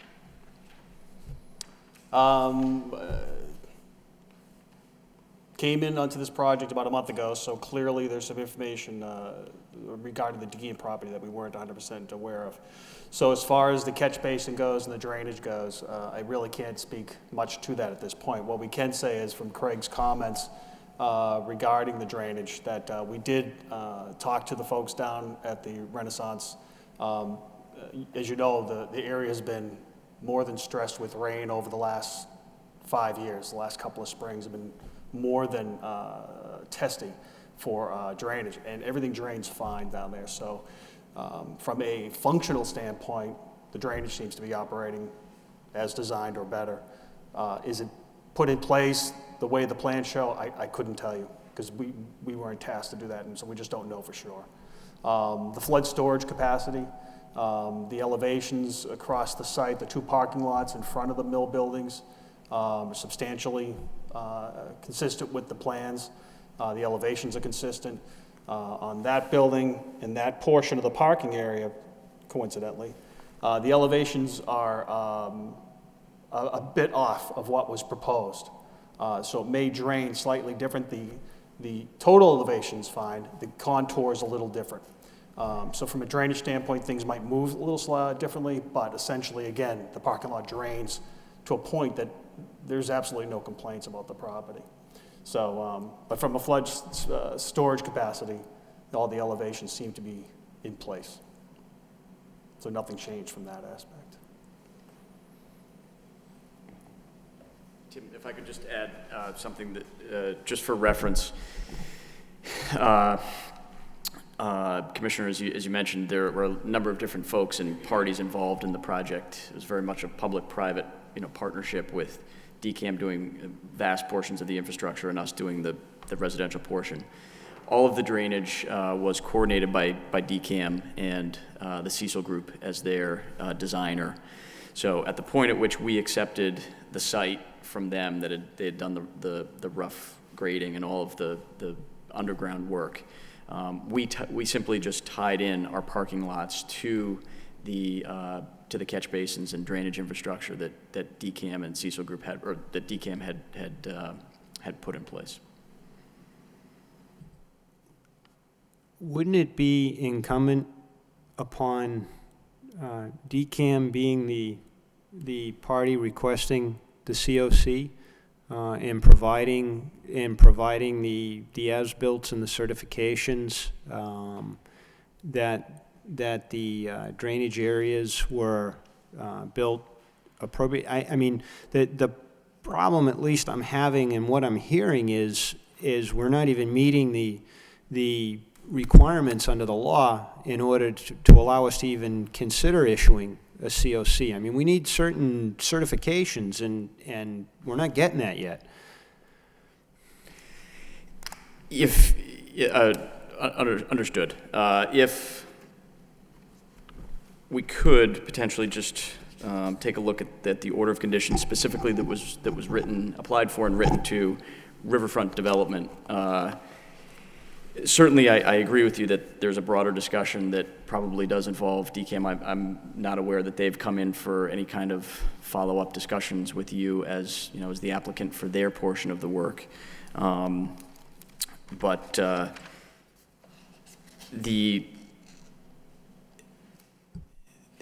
as I understand it, our order of conditions specifically just spoke to the flood storage capacity and the sycamore tree and portions of plantings that were on our property, but I'm certainly happy to discuss that.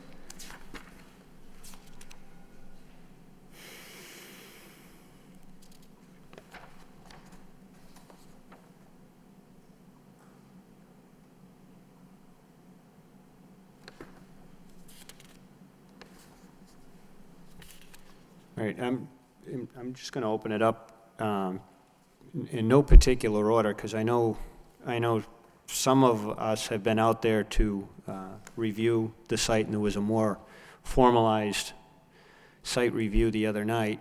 And some of us are just quite familiar with the site to begin with. But so I'm just going to open it up. Commissioner Lovely? To abstain. I have a conflict. Thank you. Commissioner Chalupka? Do any of the plans that we have here reflect the difference in the grading that you mentioned? Yes, there's 3 sets of plans that have an aerial photo over at the top to kind of give you a reference, and then a plan below it. So the second 2 plans.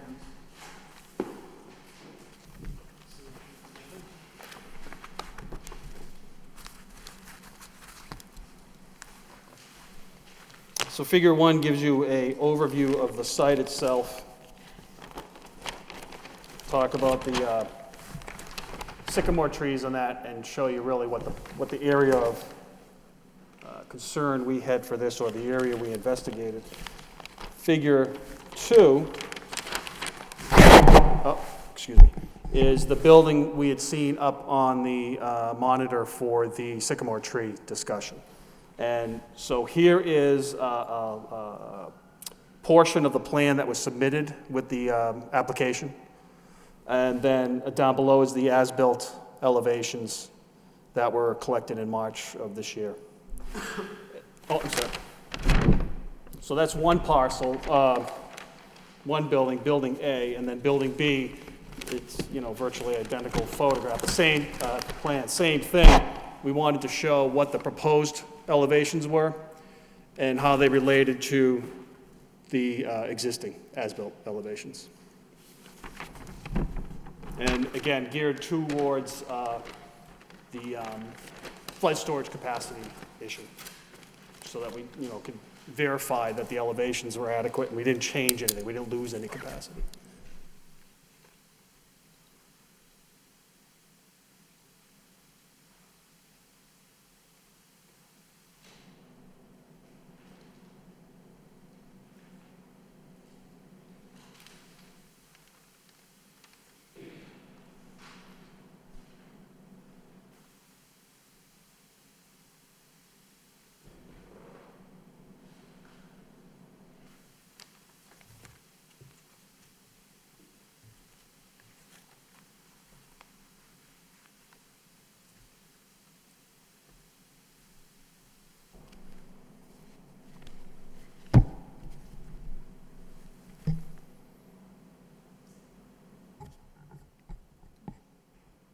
All set? Yeah. Okay, Commissioner Varnum? Commissioner Moore?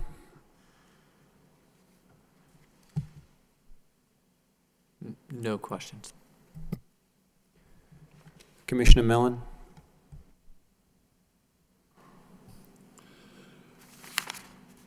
I'd like to see what is typically shown on drainage drawings is the location of the catch basins with elevations of the inverts, both inward outflow and inflow, on the as-built drawings. You have the catch basins on this drawing, figure, I can't even find it. The parking area grading plan. The catch basins and the pipelines are identified. That's that was submitted with the NOI, the original application. But Not on the, again, it should be on this drawing as a permanent record for future use. and understood. We were looking at the Catch basins, floodplain. all the manholes with the invert elevations, so that a future engineer can look at it and say, okay, this is the way it was built. It says, as built. That's my request for the commission.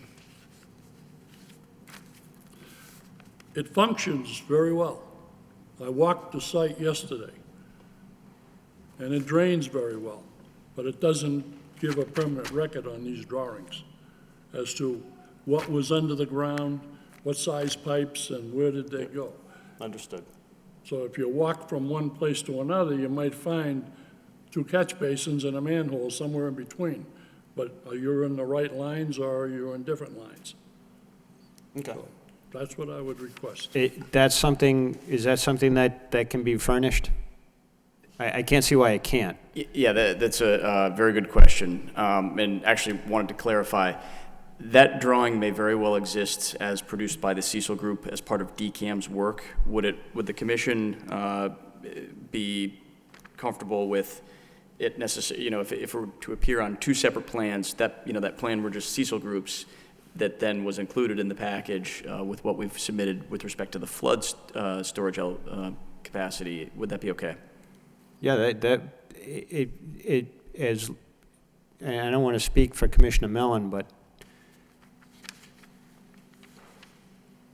as long as it meets the appropriate certifications, to me it wouldn't, and to me it would almost make sense that it would be on separate plans anyway, but to me it wouldn't matter whether or not it was on the grading and the drainage showing on one plan, and then the catch basins, inverts, and elevations with respect to that infrastructure showed on the other plan, because I understand, that that's still a DCAM property, or it's a UML property. I don't know. But, what's yours, you can provide, what's off-site, but a part of the original filing, I think, you're requesting a COC. I understand that you acquired a part of the property that was part of the original filing, but it's still, you're requesting the COC. You got to kind of marshal all the players together and all the parties together and bring them to the table and get them to issue the appropriate as-built and certifications that they've met their requirements under the order of conditions. You know, otherwise, we're left in a situation, do we consider giving a partial certificate of compliance, and there's no guarantee you will get one.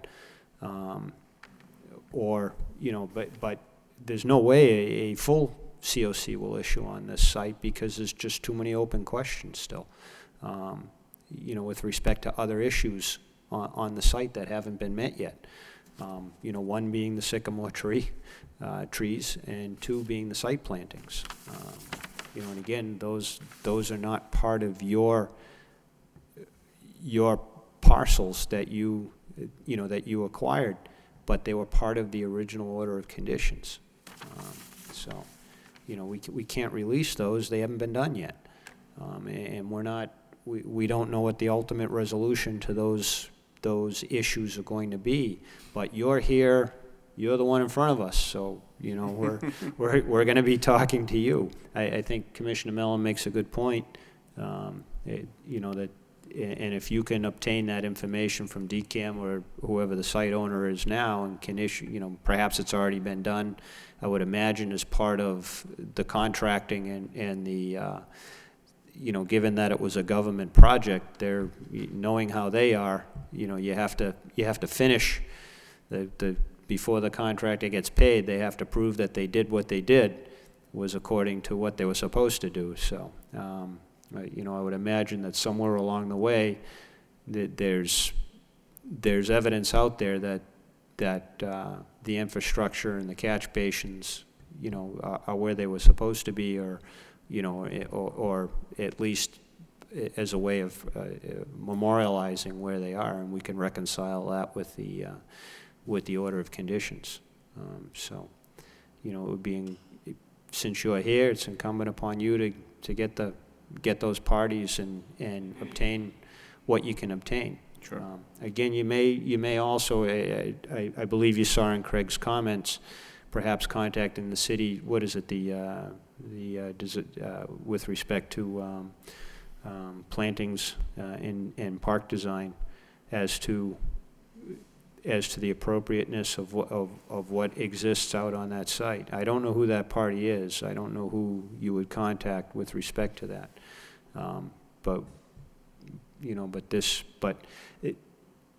what ended up out there, not your parcel, but what ended up out there is not what was originally contemplated. There was some amendments, but as part of the amendments, there were other requirements added, you know, with plantings, and we still haven't seen evidence that any of that has been done yet. So,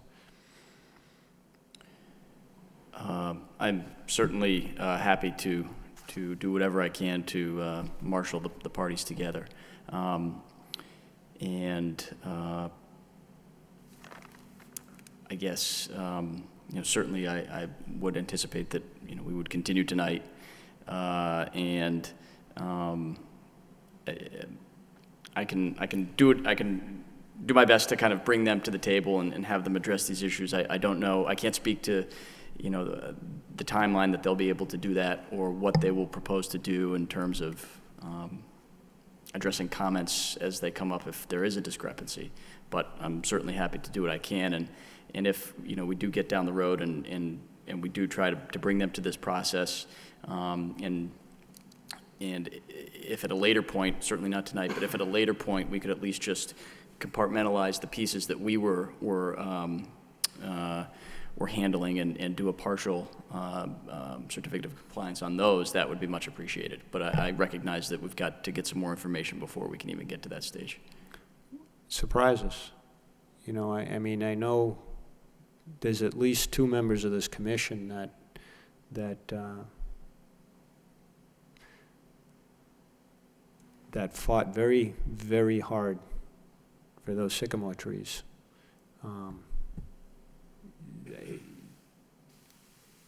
I think, you know, something can be done, and your residents may, appreciate something like that too. I can't imagine that those trees weren't referenced by real estate brokers as a major feature to the residents who live on the parking side as opposed to the riverside of the Renaissance condominiums. I can't imagine that when those condos were being shown and the agent, opening up a drape and a window in one of the show condos and saying, look at the view. You have the park and the trees and whatnot. I would be shocked if that wasn't part of the marketing and selling features of those condominiums. And they're not there anymore. I think perhaps, your residents would be pleased to have some sort of effort to do something with respect to remembering them or doing something with respect to whether it's on your property or not. I can't imagine, and I don't want to speak for the city, and I certainly won't even pretend to speak for DCAM, because it was like pulling teeth getting them to the table, but we did. But perhaps even in your discussions with the city with respect to the future plans for the park, if the city does acquire it or if they're responsible for it, perhaps, even discussing with them. Sure. And we'd be more than happy to participate in that. I know I would, in order to facilitate some way or some sort of way to move something along in that regard with respect to replanting some new sycamore trees. Okay. One quick request, if there's, for subsequent meetings as it involves other players, Tim may not be with me at those meetings, and if there's any final discussions with respect to the piece that he did, if there's no more questions, that's fine, but Tim may not be here at subsequent meetings. All right. I'm taking that as whether or not we're satisfied with the elevations being shown in the parking areas? Correct. Thank you. Okay. Thank you for clarifying. Do we have... knowing that there's more as-built information needed on the catch basins and all the other infrastructure. Right. But that, And along with that, every drainage system has a beginning and an end. So we'd like to see where it actually ends. Does it end in the river? Does it end connected to an existing City of Lowell drainage system that goes down, towards Aiken Street? We don't see it on here. yes, I don't propose to have all of those answers tonight. Oh, no. We'll But it's just, when we were out there yesterday, we could see the catch basins, but we couldn't say, well, how's this system laid out? Where's it start? Where's it end? Where's the final discharge? Yep, So we'd like to see that on permanent record. absolutely. All right. We're all on the same page, I think, as far as there's no other questions from the commission? All right. Some semblance of time as to when you think you can... I will be in touch with DCAM and the city probably in the next 2 to 3 days. I can't speak to their timeline as far as engaging, but I will do my best. I think understand, and I can only wish you best of luck with dealing with DCAM. But let me ask you, are you under time constraints with respect to your efforts to obtaining a COC? Neither of the two buildings, we have no long-term ownership in any of the units in either of the two buildings. We are going through this process as, it's part of the process, so we are definitely doing it. We're doing it at the request of the trustees of the condominium association that are residents in the building. It had come up as an issue with one of the closings within one of the units. One of the attorneys had said, "Where is the certificate of compliance?" We knew that it was going to be an involved process with multiple parties, so that's why we figured we would just, at least get going and starting on this, and it was done at the request of the homeowners. Okay, all right. Then you have some imprimatur and some, something behind you at least to get the ball rolling. Correct. And you already have. I'm not suggesting that you haven't, but Right. to get the parties in here. Okay.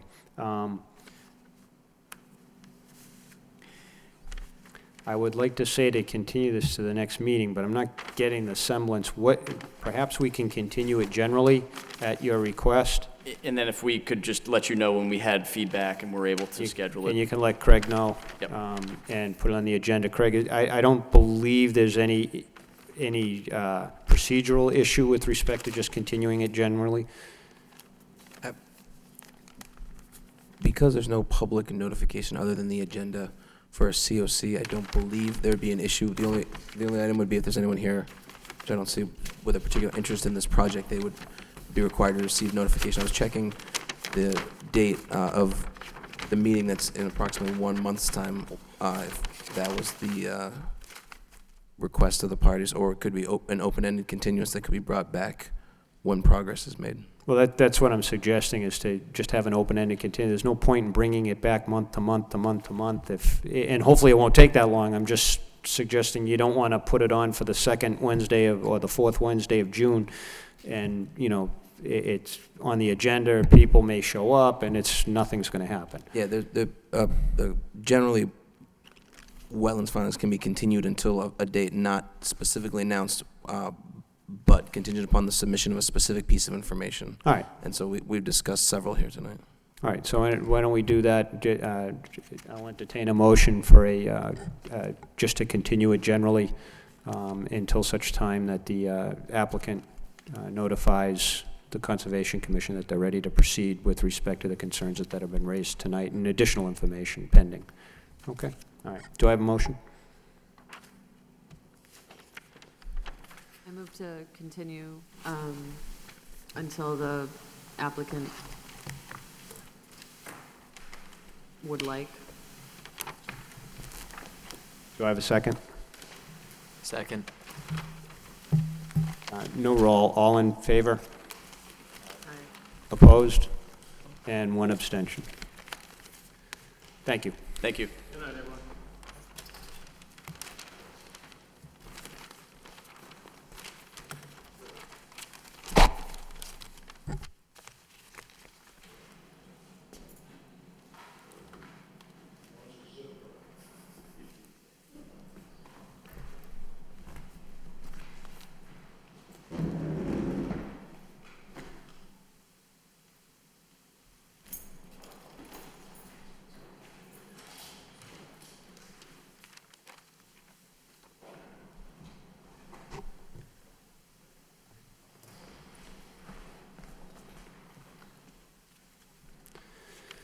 All right, moving on.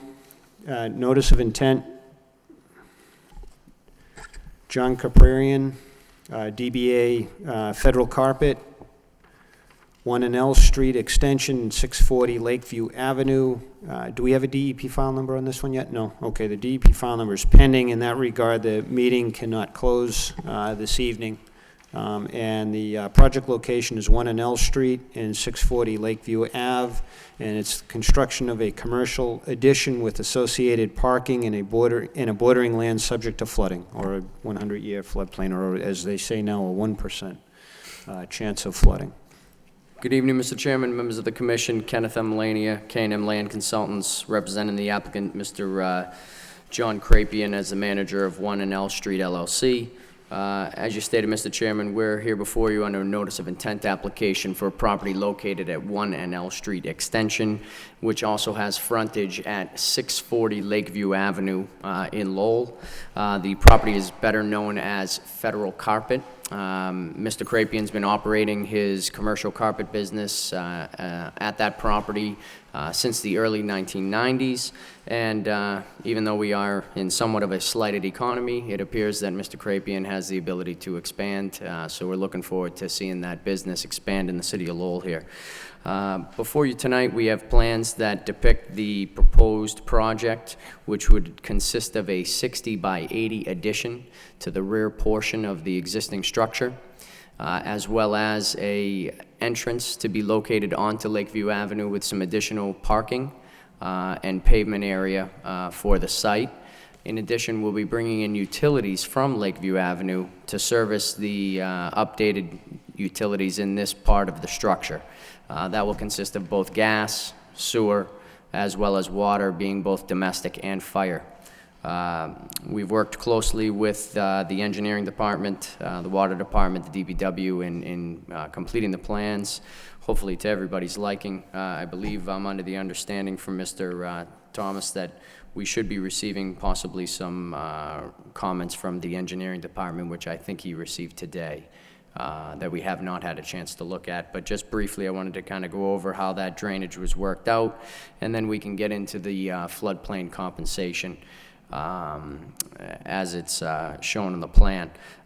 The structure itself will mirror the existing elevation of the structure on site. Grading-wise, we can go through the elevations.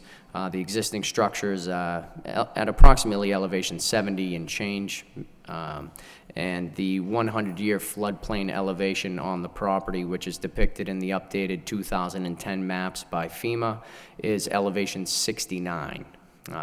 That elevation is shown as a zone, I believe, AE, and is identified in multiple spots on the firm map, panel 139 of 656, which is listed as map number 25017C019139E.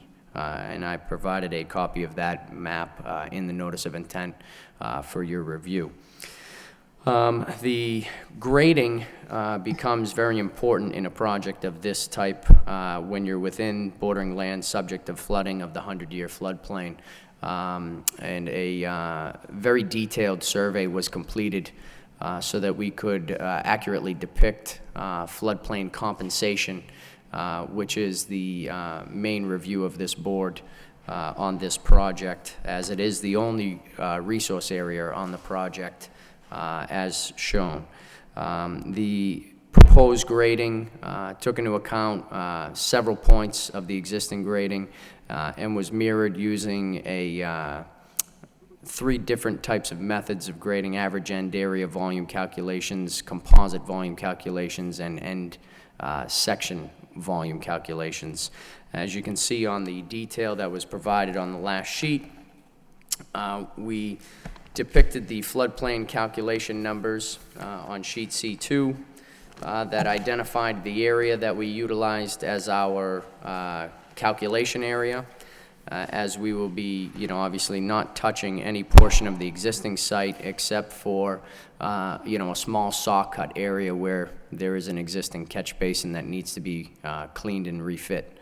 Part of that additional drainage there is we will remove that existing catch basin so that we can provide, an updated drainage area for the existing site.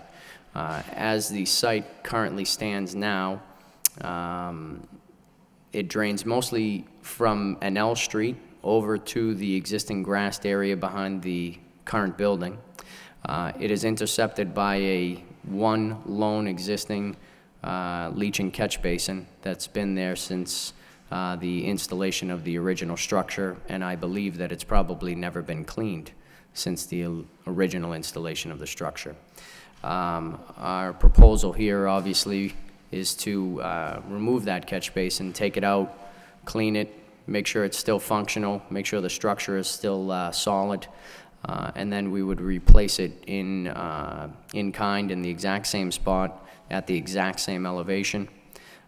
We would provide a 3-foot stone area around that structure to allow for additional infiltration area, and then we would additionally connect that to an underground infiltration system that we were going to install under this new proposal.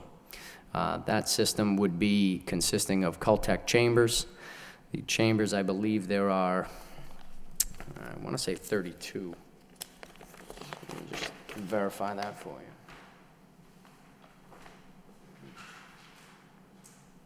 Yes, that would be 32 chambers. They'd be laid in 4 separate rows, Mr. Chairman, of 8 units apiece.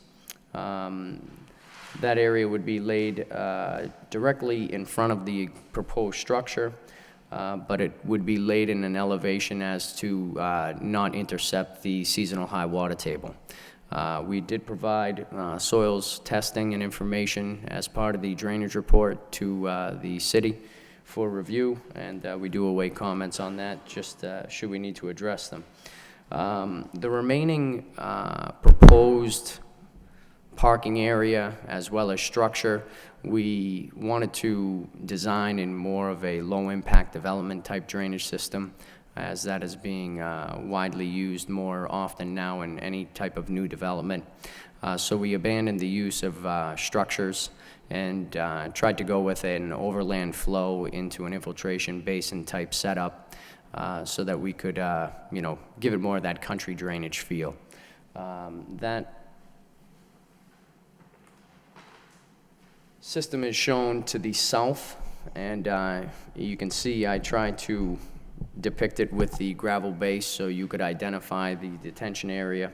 That area there will act as retention and infiltration for the proposed parking area. And in times of extreme rain events, it will also feed the underground recharge system with the Caltech system. We've provided some plantings along Lakeview Avenue as a request, obviously also to help with the infiltration of rainwater as it goes through the system. And we feel as though that this project would be a benefit to the city. We've taken into account, you know, we believe all the requirements of the state under 310 CMR as well as the local wetland bylaw, provided the necessary floodplain compensation to the effect of above and beyond what was required at each elevation. As you can see on the actual detail, between elevations 67 and 68, we've provided enough compensation that yields back 19 yards of cut. And between elevations 68 and 69, we've provided compensation to yield back 7 yards of cut. So we actually are providing a little bit of additional storage on site with the proposed development as designed. At this point, I'd be glad to answer any questions from the commission, and look forward to working with the board to you know, complete this project. Thank you. I went through the whole thing. I mean, we can put it in there. I can show them.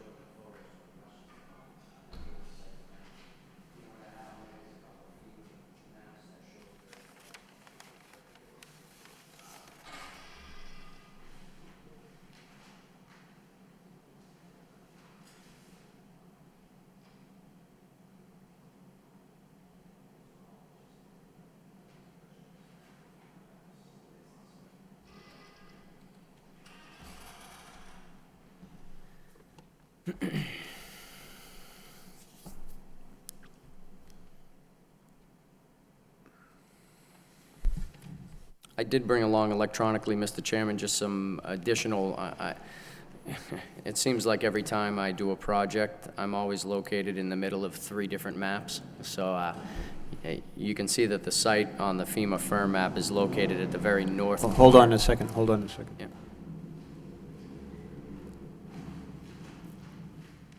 I thought that was Tuesday nights in Lowell. With the noise, I can't hear you. All right. As I stated, the site is actually located at the very right-hand top corner of the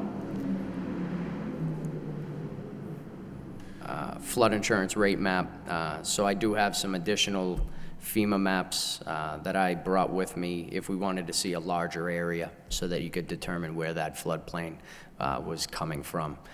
It's a little bit confusing. You figure it's beside the Merrimack River that the floodplain would come from the river because it would overtop, but it doesn't actually make it over VFW Highway.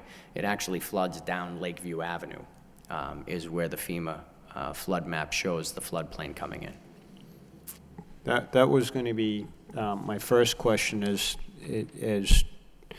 to try and figure out. I guess I was a little surprised that this was floodplain, because I was always under the impression that the VFW highway acted as a levee. And it does. It's actually showed as a levee Well, on the map. No, I understand that. But I guess I was a little surprised as to how this area was supposed to flood, because the levee then runs back. I mean, we're dealing with it with another project. So the Centerville side's not supposed to flood, from what I understand. So even though there are substantial portions of it below the quote-unquote 1% flood elevation. Now,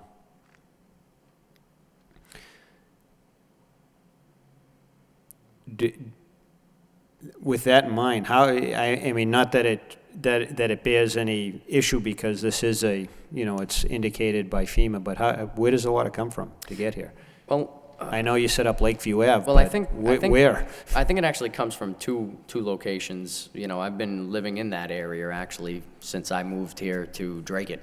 I live right down on the Lowell Dracut line, and I believe that a majority of the water comes from surcharging from the actual systems that are in there because of the combined sewer overflow. So a lot of that happens in that intersection of Aiken and Lakeview Avenue. That whole intersection floods. I've, matter of fact, had to pull my mother-in-law out of there in her Jeep once because the flooding was so high over the doors of her Blazer that, she had gotten stuck. And that had all come from actual surcharging. There was actually no water on either side of Lakeview Avenue. It was mostly, isolated into that intersection area. But the FEMA flood map itself, and Craig, I don't know if you can go to the one that actually says Lakeview, and I believe it says Bridge, Lakeview and Bridge. Mr. Laney, actually, if you're comfortable with this, I put together a short PowerPoint to try and explain this. Oh, and look at you. I can show that, and then if you want to follow up or you feel it doesn't adequately Absolutely, describe it, then we can go that'd be from there. wonderful.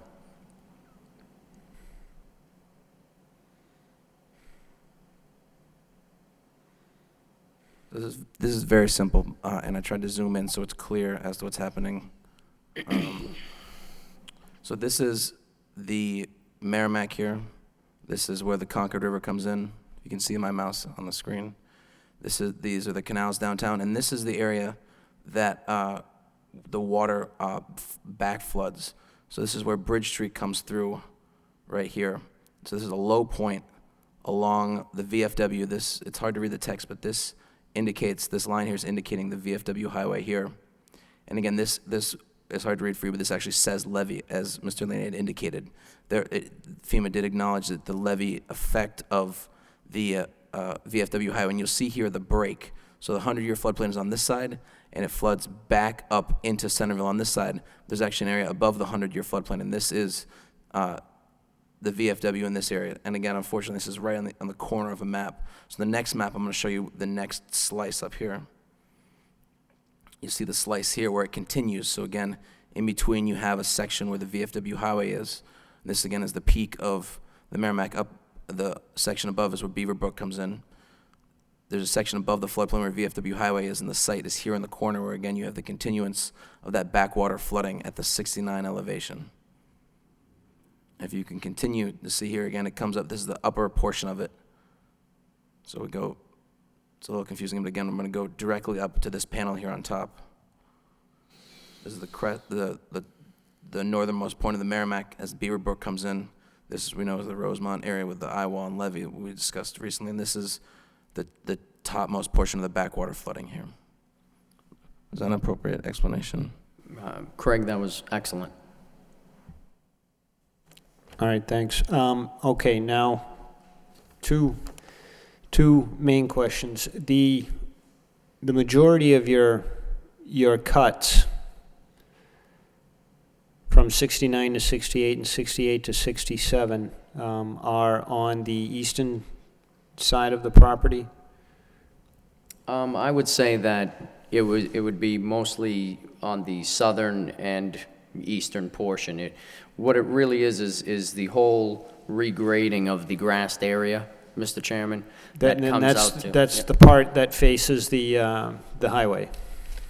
Nope, that would be the western portion, and that's actually only makes up a very small portion of the regrading that would be necessary for the floodplain. The actual floodplain regrading, the majority of it is how I reworked the existing grass area to the south and, yeah, you're right, I'm sorry, east, absolutely, Mr. Chairman, now that I can see the arrow on the screen. Yeah, the proposed parking area, the southern property line where the infiltration basin is, make up a majority of the floodplain compensation. And again, it was more so a reworking of the existing grades, more than, you know, an actual cutting of grading on the lot. Are you using the infiltration area itself as compensation? Absolutely, Mr. Chairman. What is the groundwater elevation at the at your infiltration area and at the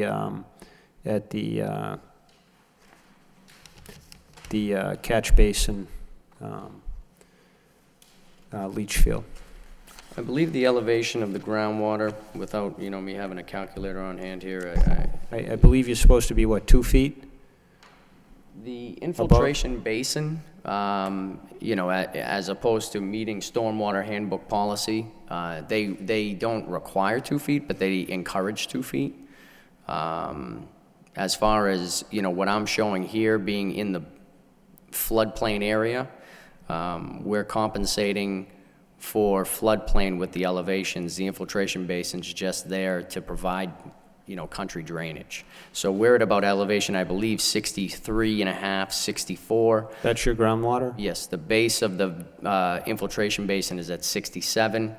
And again, we're providing that grading more so for the, you know, floodplain compensation. I didn't want to go anything below 67 because we don't have any other contours on this property that are below 67.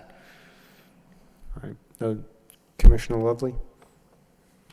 I have no comments. Commissioner Chalupka? Commissioner Varnum? Commissioner Moore? No question. Commissioner Mellon? I don't see the cross-section that's highlighted on the first page. Yep, I believe that, Craig, if you don't mind going to C2, there was some comments issued from Craig, and I've provided that now on the updated plans. I didn't submit them to the commission because I haven't had final comments from engineering yet. I'm sure that it will, you know, obviously continue to update, but you can see right in the middle of the lower portion of the site plan, I've provided that. Yep, AA. Yes, sir. Okay. So, you know, there is going to be needing some upgrading to the plans. There was an item that Craig had pointed out that a note I had left a question mark on, and, you know, it was on there as note 8, but I just missed it, so, you know, I apologize. But that's been updated on the plans as well. I'm hoping to receive, or I was hoping to receive comments from Mr. Mayo so that I could have gotten the, you know, the commission an updated set, but I believe those comments came in just very late today, so I will address that on the next submission. I perhaps missed it, but do we have a operating and maintenance plan or schedule with respect to the detention retention area? I have completed one. I haven't submitted it to you yet. I wanted to get feedback from Mr. Mayo first, as to make sure she's comfortable with the layout of the system, so I don't have to change anything to update that operations and maintenance manual. All right. Yeah, Because but I think it was highlighted in a memo that Craig had forwarded to me, which I thought was very timely on... Well, there's no outfall to this, so it's There is just not. a straight infiltration, so That is correct. there's got to be some clean out schedule and. Absolutely. Yeah, it would be a annual inspection, typically anywhere from a 2 to 5 year clean out, depending on how heavy, you know, the inspections come up for silt and sedimentation that might collect in that basin. I chose to keep the basin, the bottom, a gravelly type material, so it would be easier to clean out, knowing that there is no outlet. There will be sediment that builds up over there over time, so. Yeah, what troubles me, I suppose, is your characterization of the leach the leaching catch basins now that they've never been cleaned out. And, that kind of indicates that, it was a set and forget and shouldn't have been, so. Well, I think that was the mindset of everybody 20 years ago, whereas now I think, things have come a long way with review and maintenance, and, I know that Craig's on the ball, and as far as a maintenance schedule goes, I'm sure he'll be very, very consistent on making sure that the reports are submitted, when necessary. All right. If there's no further questions, I'm Commissioner Lovely? I do just have a couple quick questions. Yes, sir. While I'm looking at the map. There's no existing stormwater drains on the streets in the area of the property? There aren't any that are close enough for me to connect to that are anywhere near the frontage on my property. So there are some located in Lakeview Avenue, but more towards the intersection, which again is considerably far. Plus, the way that the city is now under mandate with the sewer and CSOs drainage and separation, it's better to stay away if I can. No, I asked the question because I see the intent here is to maintain the drainage on site. Correct. Yes, sir. But I was just wondering during the construction process, Yes. how are we going to make sure we maintain drainage on site, so we don't have, in a rain event, you don't have, Yep. overland flow going off-site into any potential storm drain of the city. I think that's a very warranted question, and I believe that it was something that Craig had mentioned in his letter. It was item number 5, just ask for information on construction phasing and securing.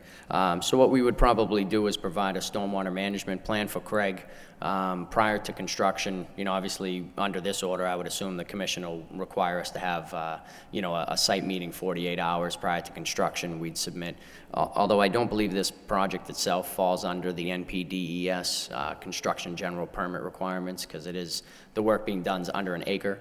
But we would work with Craig with a phasing plan of, how the drainage would be done. Desjardins Contracting, who's a local contractor in town, does great work. We'll be doing the actual construction work, so he's very reputable, and I think that we'll work well together with Craig to make sure that we ensure there's no pollution in the roads. All right. Well, thank you. No further Absolutely. questions. All right. I'm going to open it up, and I'll call it anyway. If there's anyone who would like to offer their comments or concerns with respect to this project, the chair notes that there's absolutely no one here to speak. So, barring that, since we're still awaiting a DEP file number, and since there's some updates as far as providing an operating and maintenance plan for the retention area, then I'll entertain a motion to continue at the request of the proponent's representative. Do you have any idea as to when DEP will issue their comments and a number? I did go down there today, Mr. Chairman, to try and speak with somebody in Wilmington, which is the Northeast Regional Office for us in this area.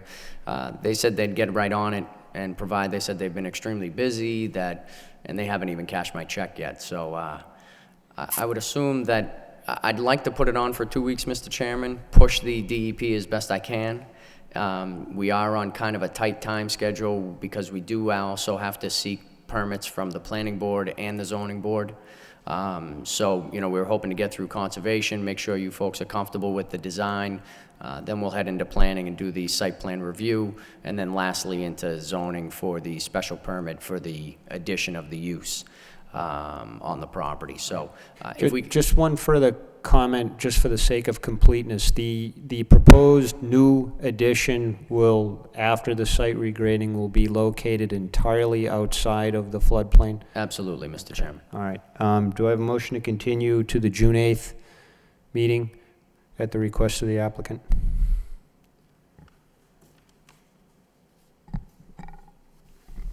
I move to continue at the request of the applicant till June 8th. Do I have a second? I'll second it. All in favor? Opposed? The ayes have it. Okay, thank you. Thank you very We'll much. see you in a couple of weeks. Yes, sir.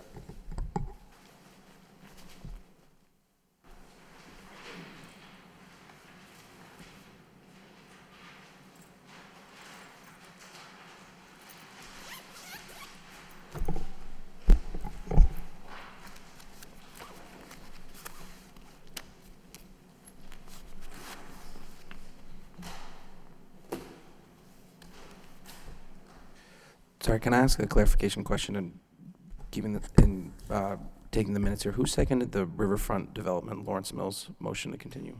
Say that again? I'm just trying to make sure I have correct. Who seconded the motion on the Riverfront Development, the application before this? Commissioner Chalupka made the motion to continue until the applicant provides subsequent information, and then someone had seconded it. I don't know. Who seconded that one? I can review the video. Yeah, that was the Riverfront. Well, it couldn't have been Bill. I might have, I don't remember. Okay, I'm gonna make a note to. Well, we can the review video. I'll take credit. the video.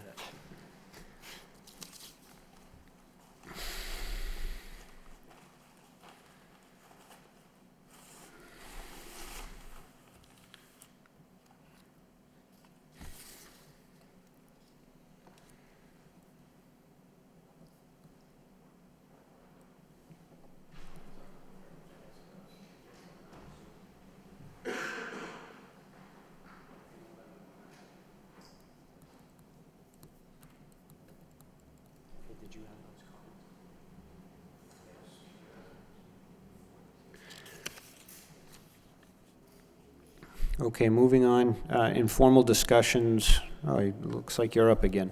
Update from Ken Lania on work at 50 Phoenix Ave concerning DEP file number 2060607. Evening, Mr. Chairman, members of the commission, Kenneth M. Lania, K&M Land Consultants, representing the applicant for 50 Phoenix Avenue. Mr. Chairman, as you may recall, this project was approved several years ago, I believe in 2007, but originally before the commission in 2006. It was before you at that time for an approval of a notice of intent application to do some work in what was deemed as an area that was allowed to be culverted for a length of 50 feet due to the fact it was an intermittent stream. At that point, we had also approved and reviewed with also the engineering department, the Department of Environmental Protection, to obtain an order of conditions. Foresight on my part, the final set of plans that was before this board had an electronic stamp on it as opposed to an original stamp. That has now slowly become quite a thorn in the side of this application, and we do have a neighbor, I believe, that is concerned with the development, although they did not come forward during the permitting process as they were notified as an abutter and had the right to do so, and speak no opposition, I believe, at that project, Mr. Chairman. Although it was, some 5 years ago, there was not a single abutter that came to any of the meetings. I believe just you and Louisa might be remembering that original scenario. Since that time, the abutter has hired an additional professional to assist in him in, I don't know what to do. I would assume to just ensure that the project is 100% complete, I guess. And has then therefore required us to go back to DEP for review, as well as the Army Corps of Engineers. Of all that, we've done that. We've reviewed the project with both DEP and the Army Corps, received no opposition to let the project move forward. And in the time that we've allotted, if you recall, we had come in for an extension. The board had requested that should we provide an extension to you, we would want to see substantial work underway by the time, halfway through the extension request. At your requirement, we had worked with Craig to begin construction in a timely fashion because I believe that I was required to have a decent amount of work completed as far as, the culvert in, the area ready to be completed as far as the wetland replication in the summer months, and we've done so to a point. Right now, we have installed the culvert. We've placed a good portion of the fill-in in the area where the culvert is underneath, and we're currently awaiting removal of some stumps along the edge of the roadway. The reason for the delay in the removal of the stumps is that there's a significant number of stumps that fall right on the edge of the slope. And I'm not sure if you folks are familiar with the site, but it was a fairly steep slope right down from Phoenix Avenue into the wetland area, approximately 7 or 8 feet. The concern with these stumps is they're right on the edge of where the slope begins to come down. Now, if I chose to remove those stumps through the use of an excavator, I believe that the roots themselves actually project under the roadway. And I'm nervous that if we take those stumps out, I might ruin or have some effect on the roadway that would be a requirement of us to repave, refix, infrared, which can get extremely costly. And as this is a somewhat of an economic downturn area, we're trying to save as much money as possible. We've contracted a couple of tree experts to come in and see if we can actually grind the stumps. Now, because of their location on the slope, you cannot use a regular stump grinder that is typically, provided by stump grinding companies in the area. We actually have to get a machine that attaches to an excavator that will grind them from the roadway edge.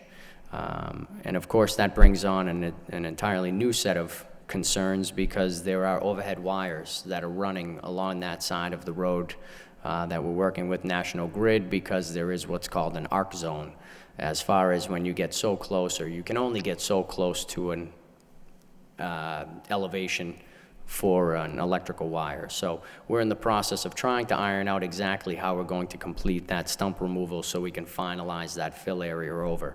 The site was installed and completed prior to the spring months coming. We did work over the winter. It was very difficult. Craig was involved, extremely, well in helping us move forward and making sure we were on target. I thought the contractor did a great job. We were out there on, several occasions, in the mud, muck, just, trying to make it happen. And I believe that the overall installation came out great.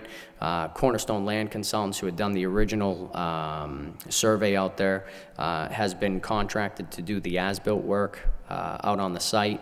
They actually were out there at the beginning of this week, so that they could provide us with some elevations of what was completely installed to date. And obviously our hope is, as I believe the commission had required us to do, was to make sure that the site was ready and able to be retrofitted with the proposed wetland area when the spring wet season was over and the dry area was available for us to actually move along.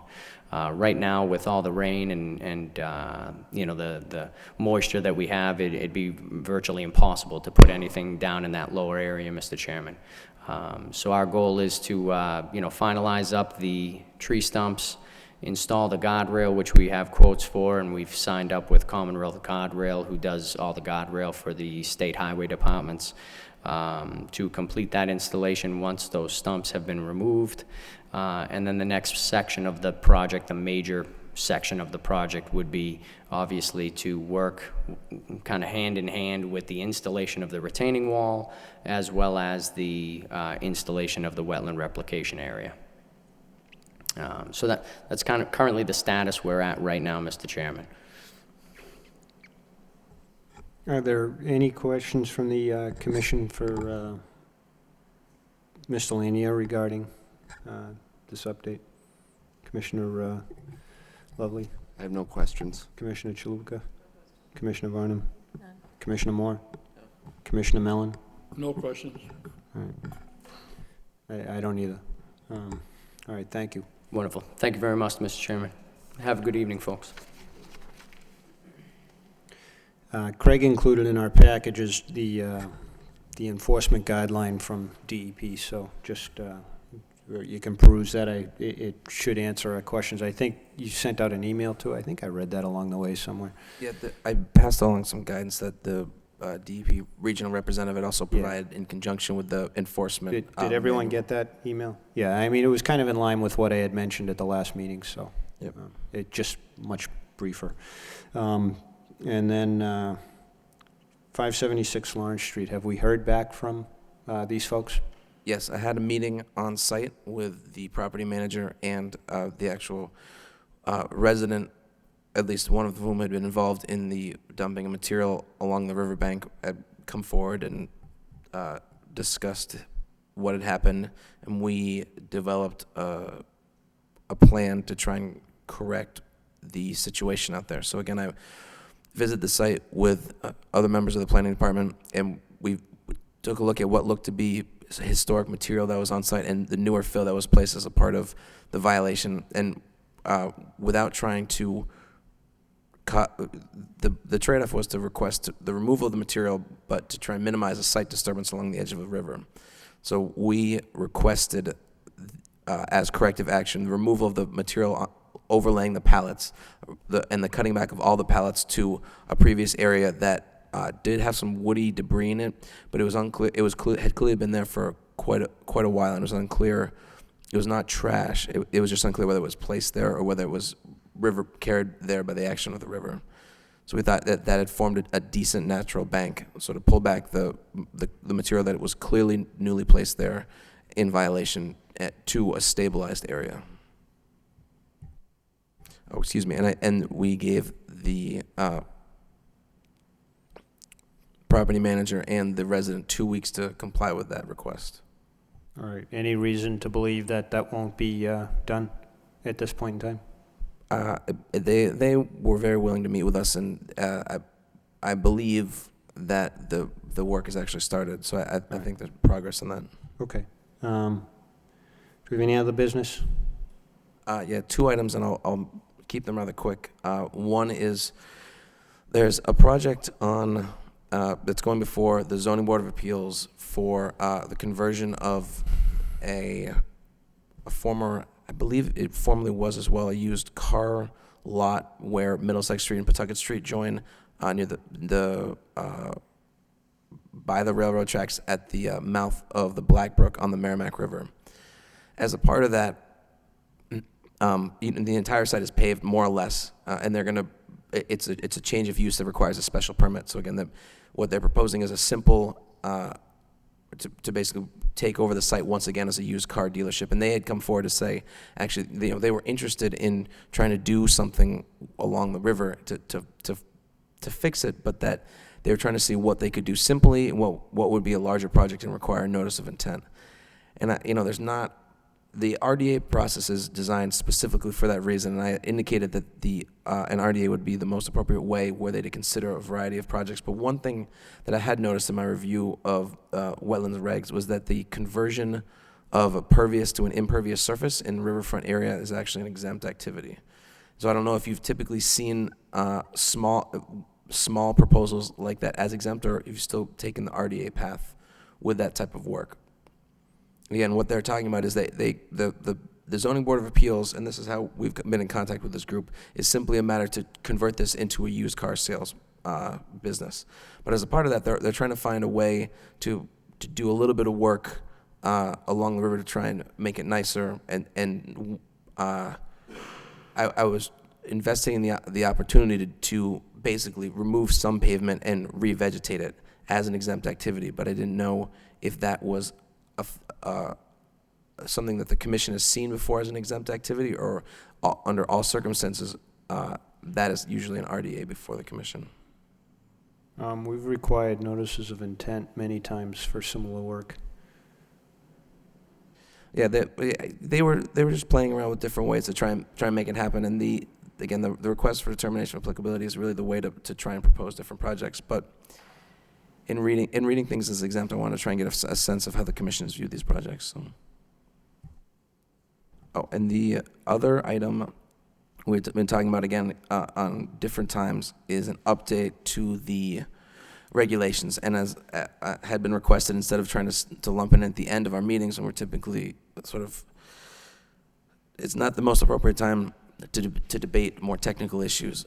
And at the last meeting, there were two specific items asked of me for follow-up. One was the enforcement powers, and the second was the idea of subcommittees. And after discussion, again, in the planning department, based on the interest among the commissioners in this work, in that most of you seem to indicate that you'd be willing to be involved in this process, the thought is that it might be simpler and easier to simply call a series of special meetings. It wouldn't require the establishment of a subcommittee. If there are no public hearings scheduled, there's no notification required other than the posting of an agenda, but we have the added benefit of, at these meetings, we can announce the special meetings as an added public notice.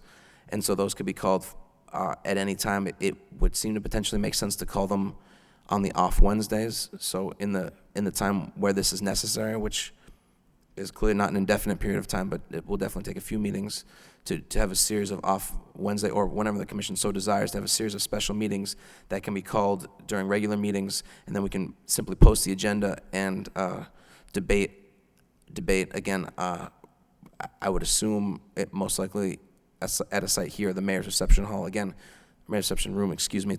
It wouldn't matter so long as it's a public area and it's, again, clearly posted with the agenda.